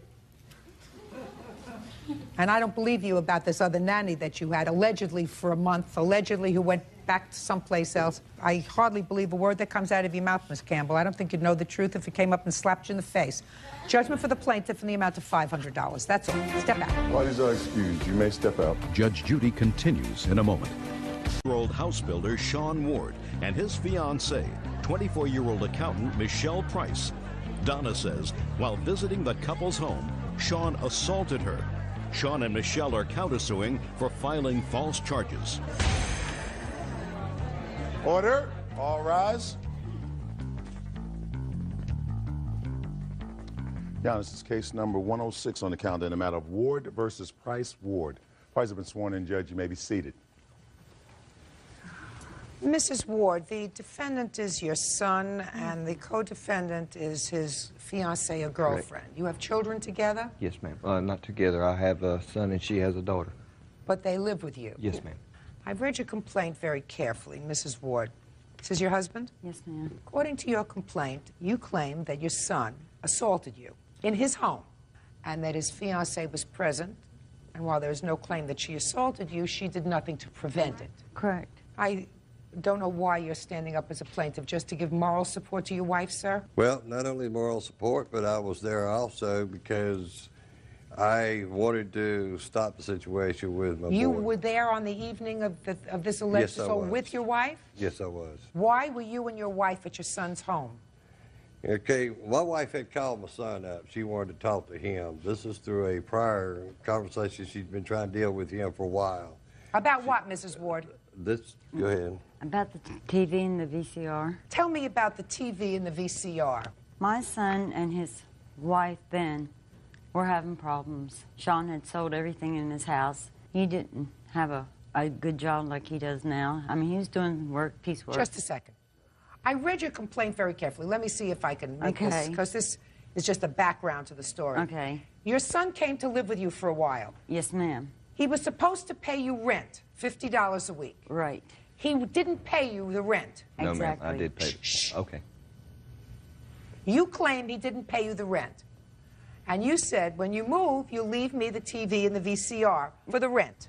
And then when he moved out, he took the TV and the VCR. Yes, ma'am. And the reason you and your husband went over there that night was to take back the TV and the VCR. Yes, ma'am. Now, tell me what happened when you got there. They were eating dinner. So we went in the living room while they was eating and watched TV. The children were there, too, eating. They got done, came in and gave us a hug, you know, and Michelle was getting them ready for bed. And so Sean says, well, you're here. What do you want to talk about? And I said, the TV and VCR. He said, I knew that's what it was going to be about. And he stood up. I said, he says, I do not owe you anything, Mom, nothing, and I want you out of the house. Well, I have a book right here where I kept notes, and his signature is on it. And I said, son, I have proof. I opened the book, and that's when he stood up and got very angry at me and told me to, I don't Get want to out. the words he said, He to said, get out. Get out of the house. And actually, I didn't really believe him. I meant,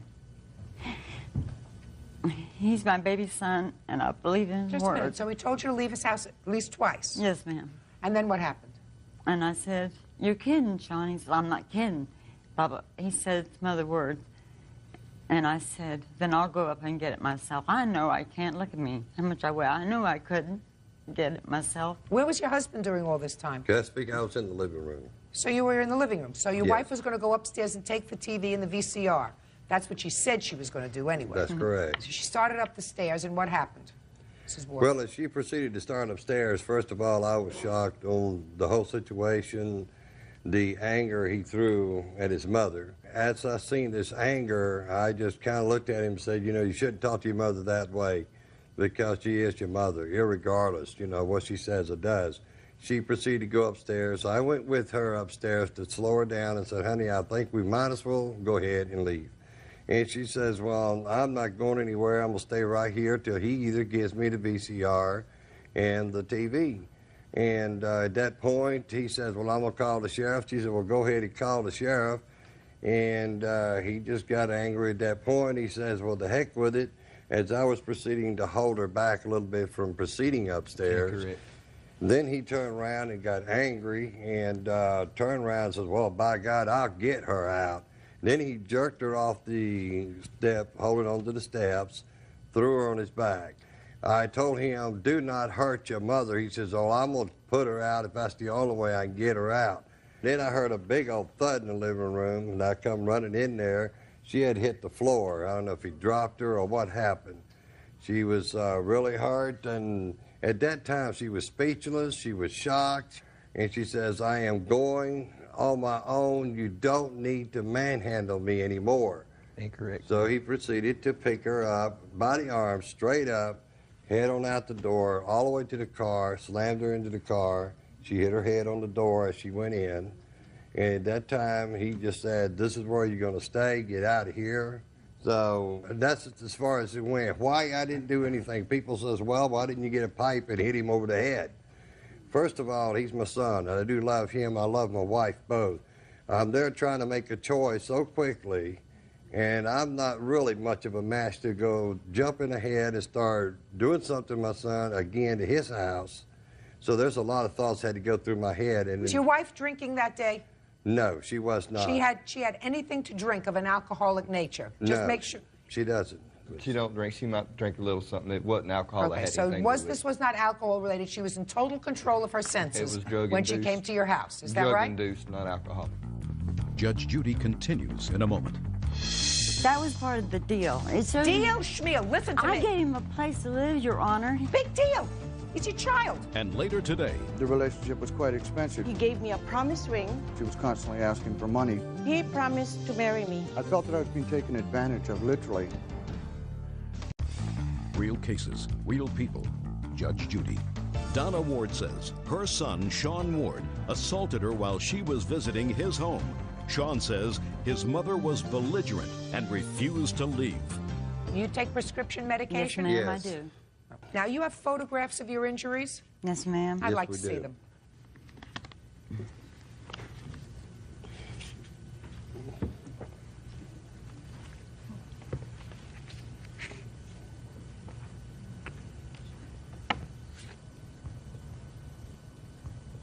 The marks that I see on your arms are consistent with being picked up by your arms. Yes, ma'am. That was your injury. Yes, ma'am. Now, I'm going to let you tell me your side of the story, Mr. Ward. Okay. Okay. First of all, Sure. the case is dismissed for all purposes against Miss Price because she did not participate in this, Correct. other than to stand by and do nothing, which is the same thing you did, Mr. Ward. She's not even married to him. You're married to her. Why would you sue Miss Price? Because I felt like, just like he did, tried to get Sean to calm down. I was hoping that maybe she...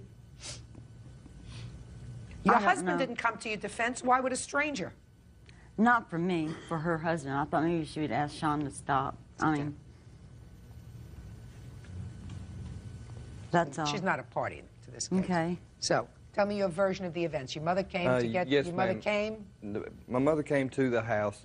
I had paid them $100 a week instead of the $50 that she was agreed on to pay.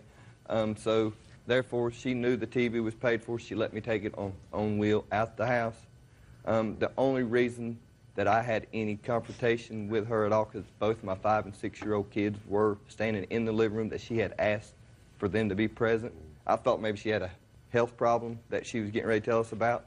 And when she did come up with that situation, I did get angry, but I did stand up and ask them both to leave. I opened both the doors, and I said, y'all need to leave. And I might have said it a little meaner, to get out of my house. Right. They would not leave. Ultimately, you picked her up and put her out of the house. Yes, ma'am. I picked her up off the steps. And that's what the marks are on her arm. That possibly could be. All right. This part of the case is pretty easy. Mr. and Mrs. Ward, you are not entitled to any damages. You entered his home with his permission. Exactly. Then he asked you to leave. You refused to leave. At that point, you are trespassing on his property. He asked you to leave again. You still would not leave. The law permits him, as I'm sure the judge told you in court when you were there on the criminal case, that he has the right to use reasonable force. Can't shoot you. He can't stab you. But he can physically take you and move you out of his property, which is exactly what he did. Now, the fact that I don't understand why you are there trying, if your son is finally back on his feet, and he's now got a good job, and he's got a home, and he's got 2 kids that he's taking care of, why in the world you would make a big deal out of a television set and an old VCR? I haven't a clue. But I'm not going into that. Okay. Because there's no logical reason why you would go to his house and create a scene with 2 children there to get back a TV and a VCR that you think was owed to you for rent. I did not. I let the children go upstairs. I've asked him without the children being around. I don't know why you would ask for it at all. Because, ma'am, that was part of the deal. Deal? Schmeal, listen to me. I gave him a place to live, Your Honor. Big deal. He's your child. I know, and I'm his mom.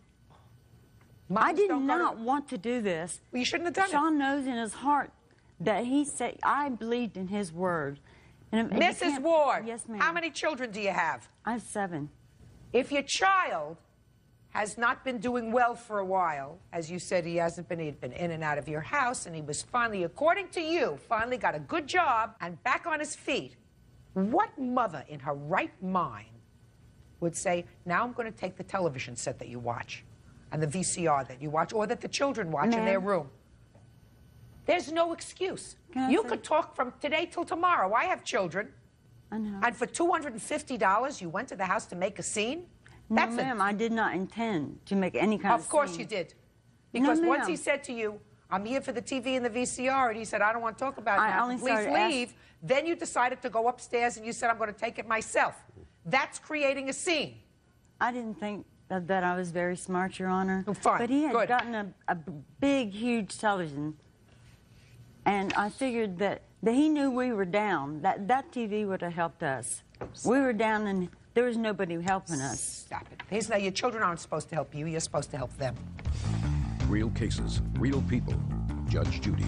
Donna Ward says her son, Sean Ward, assaulted her while she was visiting his home. Sean says his mother was belligerent and refused to leave. You were arrested for assault, Yes, ma'am. and those charges were dismissed. Yes, ma'am. And I assume that they were dismissed, Mr. Ward, because they ultimately determined that you had the legal right to put your mother off the property. Correct on Is her that own right? testimony. I didn't even have to testify. Right. You can't sue her. Right. Here, you can't sue her.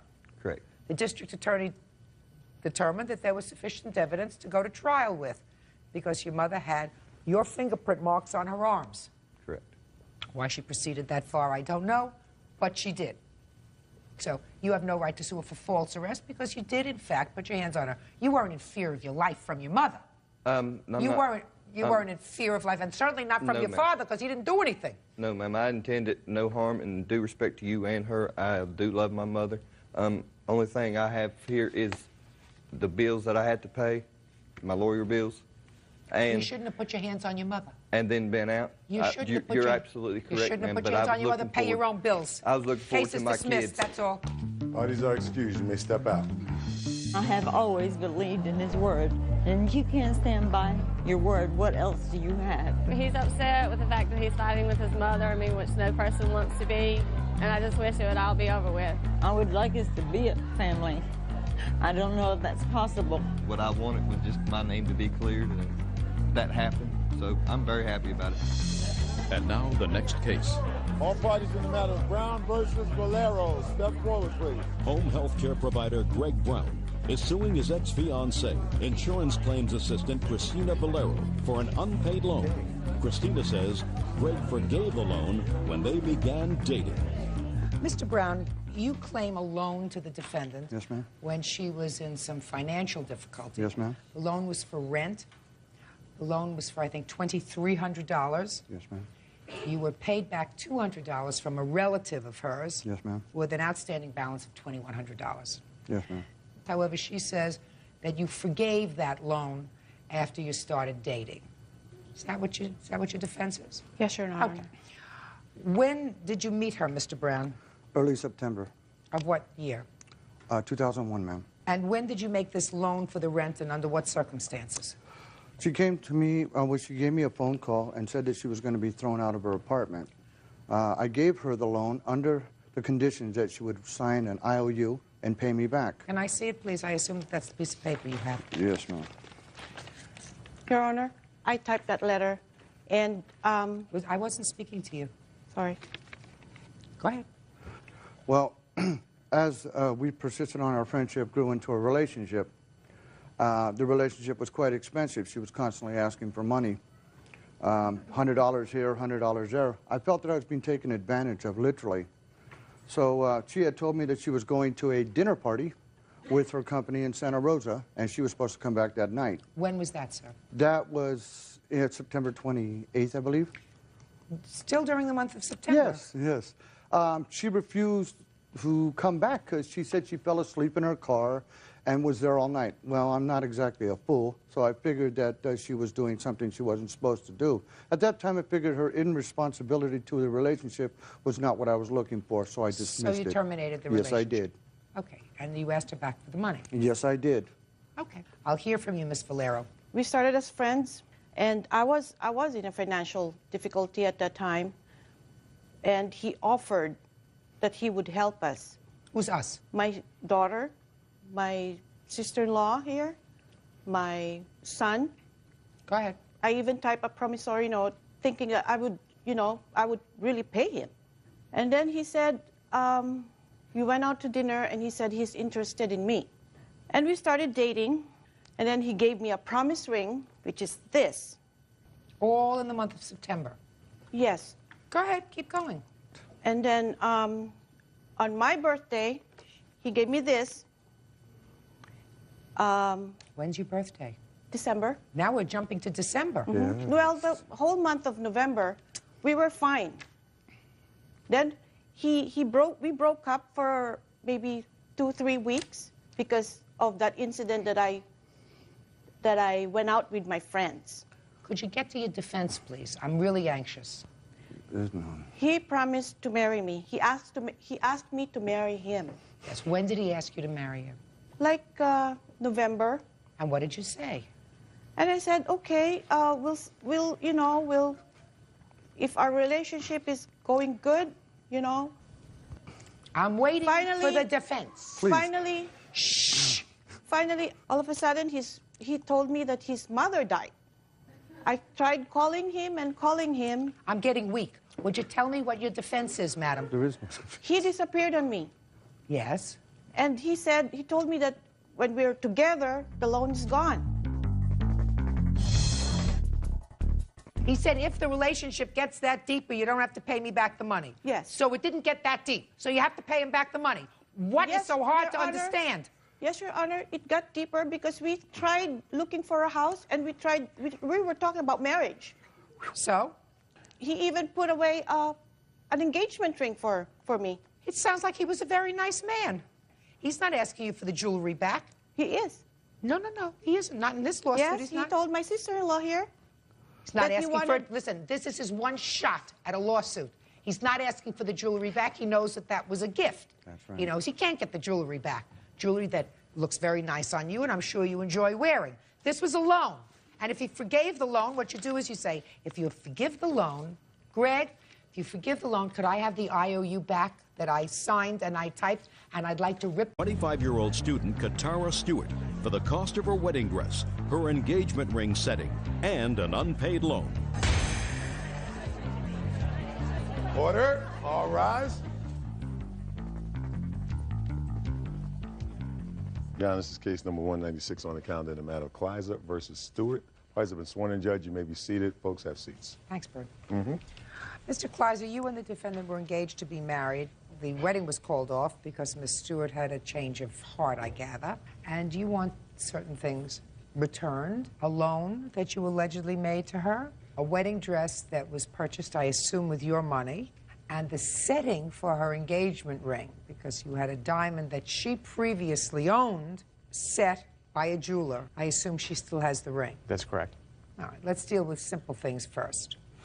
How much was the wedding dress? It was $2.99, and there was a garment bag that cost $10. Now, who paid for that? That was on my credit card. So you're still paying for it? Yes, ma'am. Did you get the wedding dress physically from the store? Yes, we did. Who returned it to the store? I returned it to the store. Is that what you wanted him to do, return it to the store? Yeah, he took it. He said he wanted it back, and he was going to return it for credit. And he wanted me to take the credit.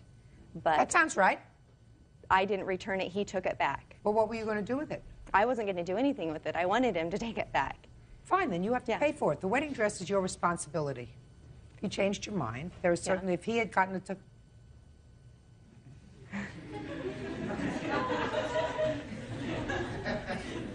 If he had gotten a tuxedo for the wedding, and he called off the wedding, and the tuxedo was put on your credit card, do you think that it would have been right, would be right for you to pay for his tuxedo? Well, if I kept the dress, I could understand that I would need to No, pay you're not for going to it. keep the dress. You're going to get a credit. So the next time you decide to get married, you can go and buy a new dress and pick out a new dress at the same place where you picked out this dress. Okay, but I Do you have understand? no, Or do I you have have no no what? plans to get married, so I Well, I don't want to explain need it. something to you. Does the place that make wedding dresses also make tuxedos? I don't know. What do you mean you don't know? Don't be coy with me. They do. They make wedding dresses and bridesmaids' dresses and mother of the bride's dresses. So the likelihood of him getting married in a bridal dress are much less likely than you're getting married again and choosing another wedding dress. That be reasonable? You owe him $309. Now, let's take care of the setting on the ring. She used her own diamond. Is there any reason why you didn't buy her a diamond? She offered to put it into a wedding band. That way it would save some money. Fine, well, that sounds like a very good idea. And you paid how much for that? $250 for the ring, and then for the labor to set it, it was $50. Where's the ring? I didn't bring it with me. Fine. This is what I want you to do.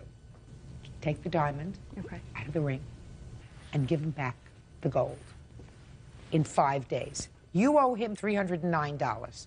I'm taking off $25 because the most somebody's going to charge you to take out the stone is $25. Okay.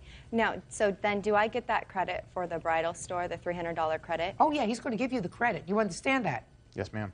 You have it with you? I have it right here. Perfect. Give it to her. There it is. So now we're easy with that. Take care of those two things. Wedding dress and setting. Now let's get to the loan. Talk to me. She had asked me to put a computer on my credit card. The credit card was Best Buy. They had a no-interest Were you finance. living together or just... We were just dating at the time. Okay, go ahead. There was also a camera put on the same thing. She didn't have the credit herself, so I put it all on the same. Camera for? She wanted a Canon camera. It was also with no interest financing. It was something she wanted. So I put everything on the credit card, and we had agreed on a certain amount to pay off every month. No, tell me about it. Agreement was... Look at me. Every month, she would make payments basically on the 15th of each month. The total amount would be about $130. She made one payment in March.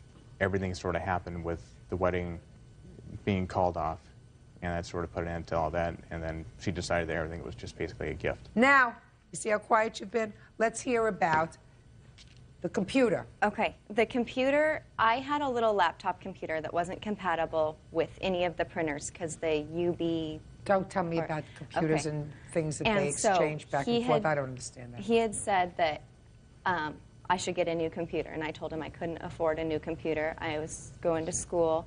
And so he had been looking at the Best Buy ads, and he said right now that there was zero financing, and he had purchased a TV, I believe, at the Zero Financing, and he said we should go look at them.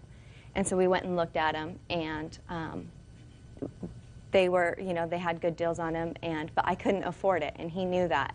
I told him I couldn't afford it. I'm a single mom. I'm going to school, and he said, don't worry about it. Judge Judy continues in a moment. Maybe she doesn't want your ring. That's up to her. Oh, no, it's up to me. That's why you brought me the case. And later today, the phone rings, and I pick it up, and she goes, well, I was just letting you know that if you call my woman again, I'm going to F you up. And it was her girlfriend, Tony, calling. Real cases, real people. Judge Judy. Keith Kleiser says ex-fiancée Katara Stewart owes for her engagement ring, wedding dress, and an unpaid loan. What about the camera?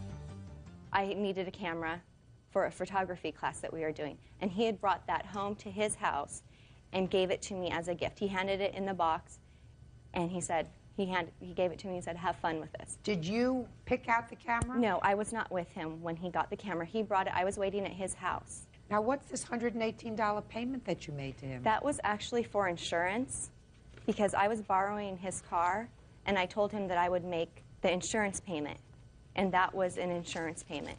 It wasn't any payment for a computer or camera. It was for the insurance. He wants to show me something that's different. Let me see what you have, sir. I've got a breakdown of everything, how it became, what the payment was. The camera was included. All right, all I want to see is I don't want to see what you wrote out here. I thought you had a. There is I thought you had a check there for it. That is my check. When was the stuff purchased? March 3rd? March 3rd. Both the computer and the camera were purchased on March 3rd? The camera was purchased in January. It was originally intended to be a gift. She told me that she couldn't accept a gift of this magnitude. It was just too much, and she wanted to make payments. Ah! Get a life. Give that back to him. Give it back to him, Bird.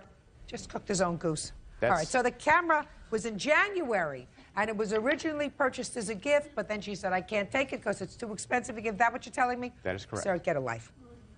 Get a life. You lie once, you don't get a second chance. You're getting back the setting for your ring and $284. You've given her the credit for $309, which she now has. Okay? But you are entitled to that money so that you can put it back into your bank and you can pay off your credit card bill. But I've deducted $25 from that wedding dress so that she can go to a jeweler and have the jeweler take out the stone and return the setting to you so that you can go and sell the gold. Do you understand what I've done? There's no need to do that. Why? Really, to take the diamond out of a ring, there's really no point in doing that. It does me no good.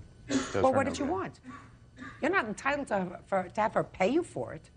I don't want to have her take a ring completely apart and have no use for it, because I don't have use Maybe for she doesn't want your ring.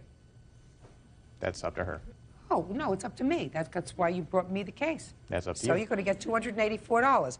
$309 less $25. That's judgment for the plaintiff. With regard to the other things, I find they were, in fact, gifts. That's all. Parties are excused. You may step out. He was very unreasonable about trying to settle anything. I had a buyer for the computer. I was all set to go. She refused to give it back. When people get hurt, you can't try and get money back. It didn't have to go this far. It really didn't. It just wasn't there to get married. And now the next case. All parties in the matter of Gladue versus Culpepper Sedgwick. Step forward, please. Administrative Assistant Heidi Gladue is suing her former friends, 23-year-old customer service rep Michelle Culpepper and 19-year-old customer service rep Wayne Sedgwick for trashing her belongings. Miss Gladue, for some reason, you were living with the defendants for a brief period of time with your daughter. This didn't work out. They asked you to leave. Is that right? That's correct. And you left, but when you left a lot of your property there. And it is your claim that at some point they took your property and threw it in the dumpster. Yes, ma'am. So you want them to pay you the value of the property that you claim they disposed of. Yes, ma'am. The defendants say they gave you plenty of opportunity to get your stuff out. They had no obligation to keep it. And finally, when you didn't come pick it up, they disposed of it. Correct? Yes. All right. Now, how did it come about that you and your daughter went to live with them? I was going through some personal problems at the time, and Michelle and I had become really good friends, and I told her I had to move out of my apartment, and she said, well, you can come stay with me, your daughter, and you can come stay with us. You don't have to worry about anything, just come and stay with us for a little while until you get up and off on your feet again. That sounds like a very nice thing. She sounds like a lovely person. Mm-hmm.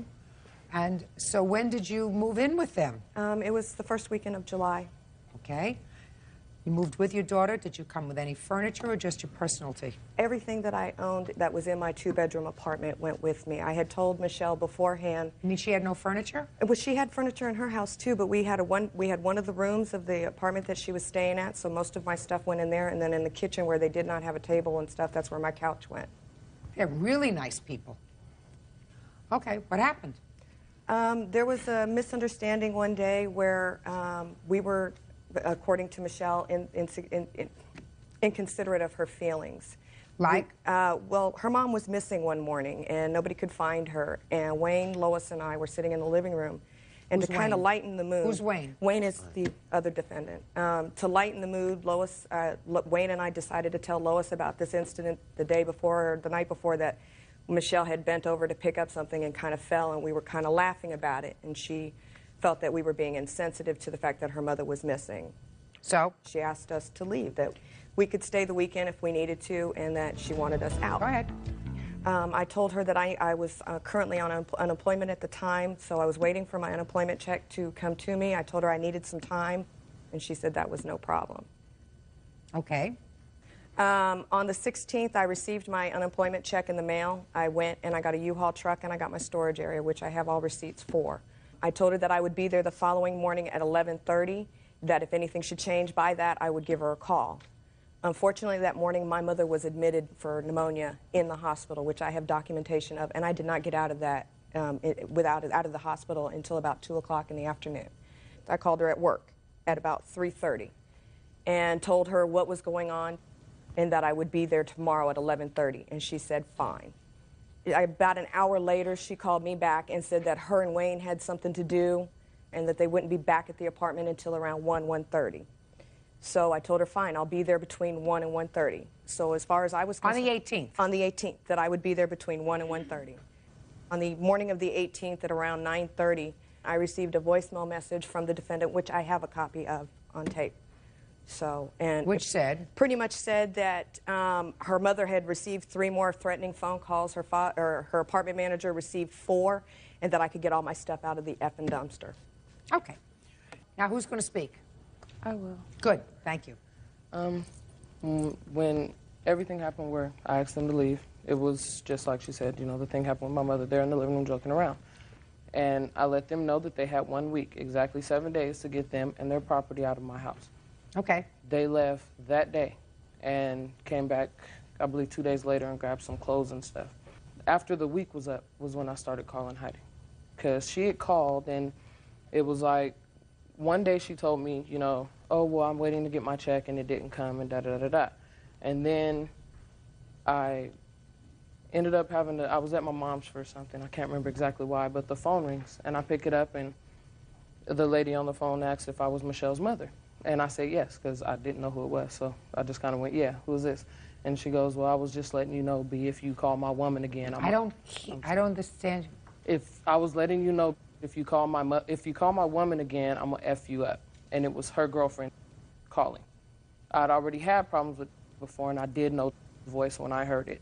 And so I went home, and I called Heidi, and I asked her, you know, what is this with calling my mother's house? She was on the one with my mother's number, because my number, I'd called her to her cell phone from my mom's house. So was somebody that you had lived with? It's my significant other, ex now. Was that the person that you moved out of that home because you were having difficulty? Yes. I was trying to help her. I thought her and her daughter get away from me. Okay, go ahead. She claimed, oh, I haven't even talked to, and she said something about, you know what, I'm sick of even dealing with you guys. You can just throw the out because I don't want it. I don't want to deal with you. And she started ranting and raving, so I hung up the phone. When was this? Do you have any idea what day this was? The 12th. It was the day she was supposed to have her stuff out. Okay.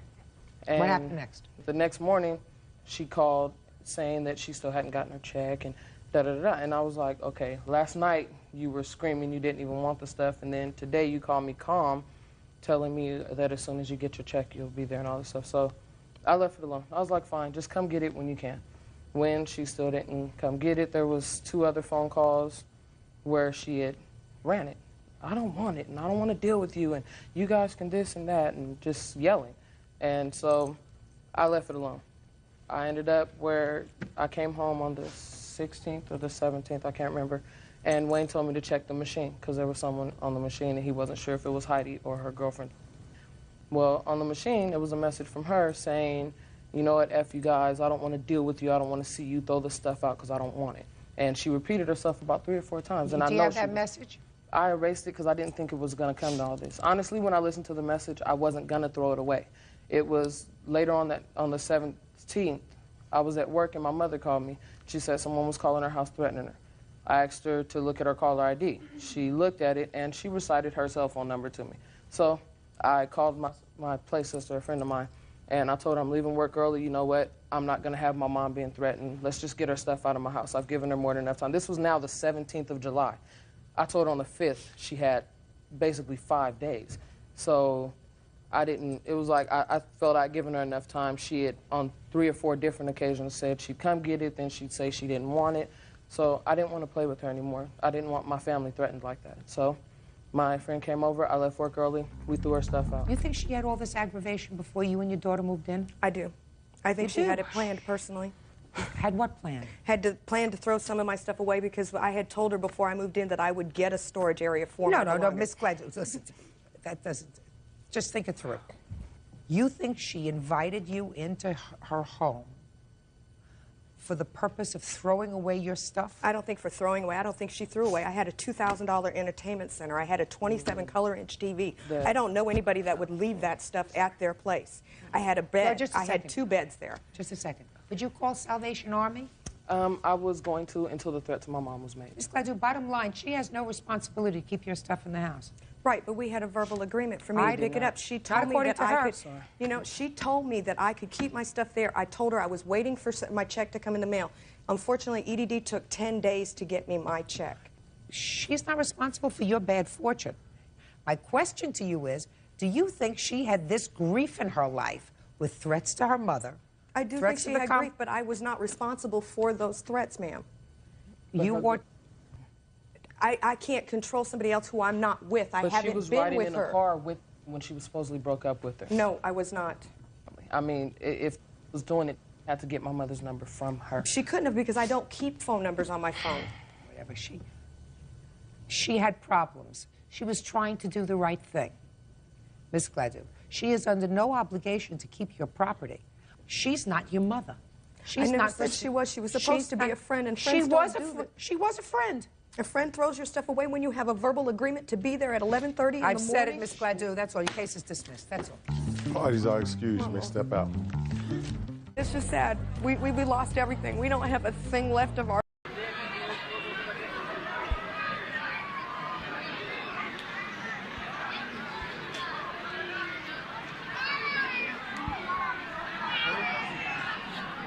गप्पा शप्पा मारिया करो।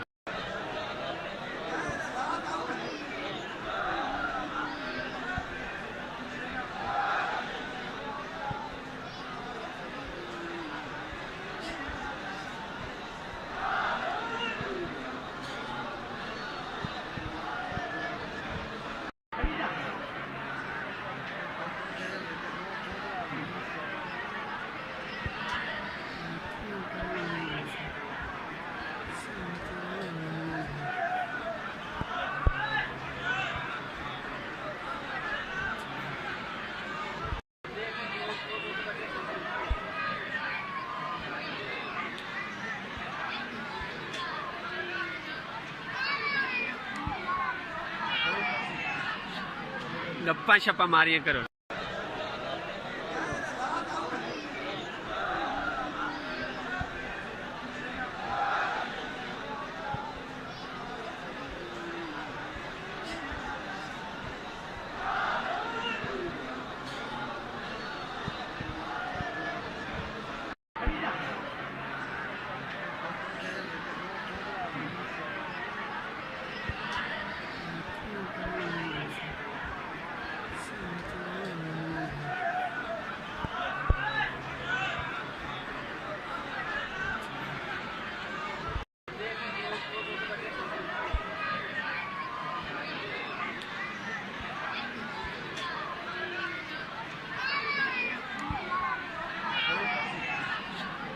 गप्पा शप्पा मारिया करो।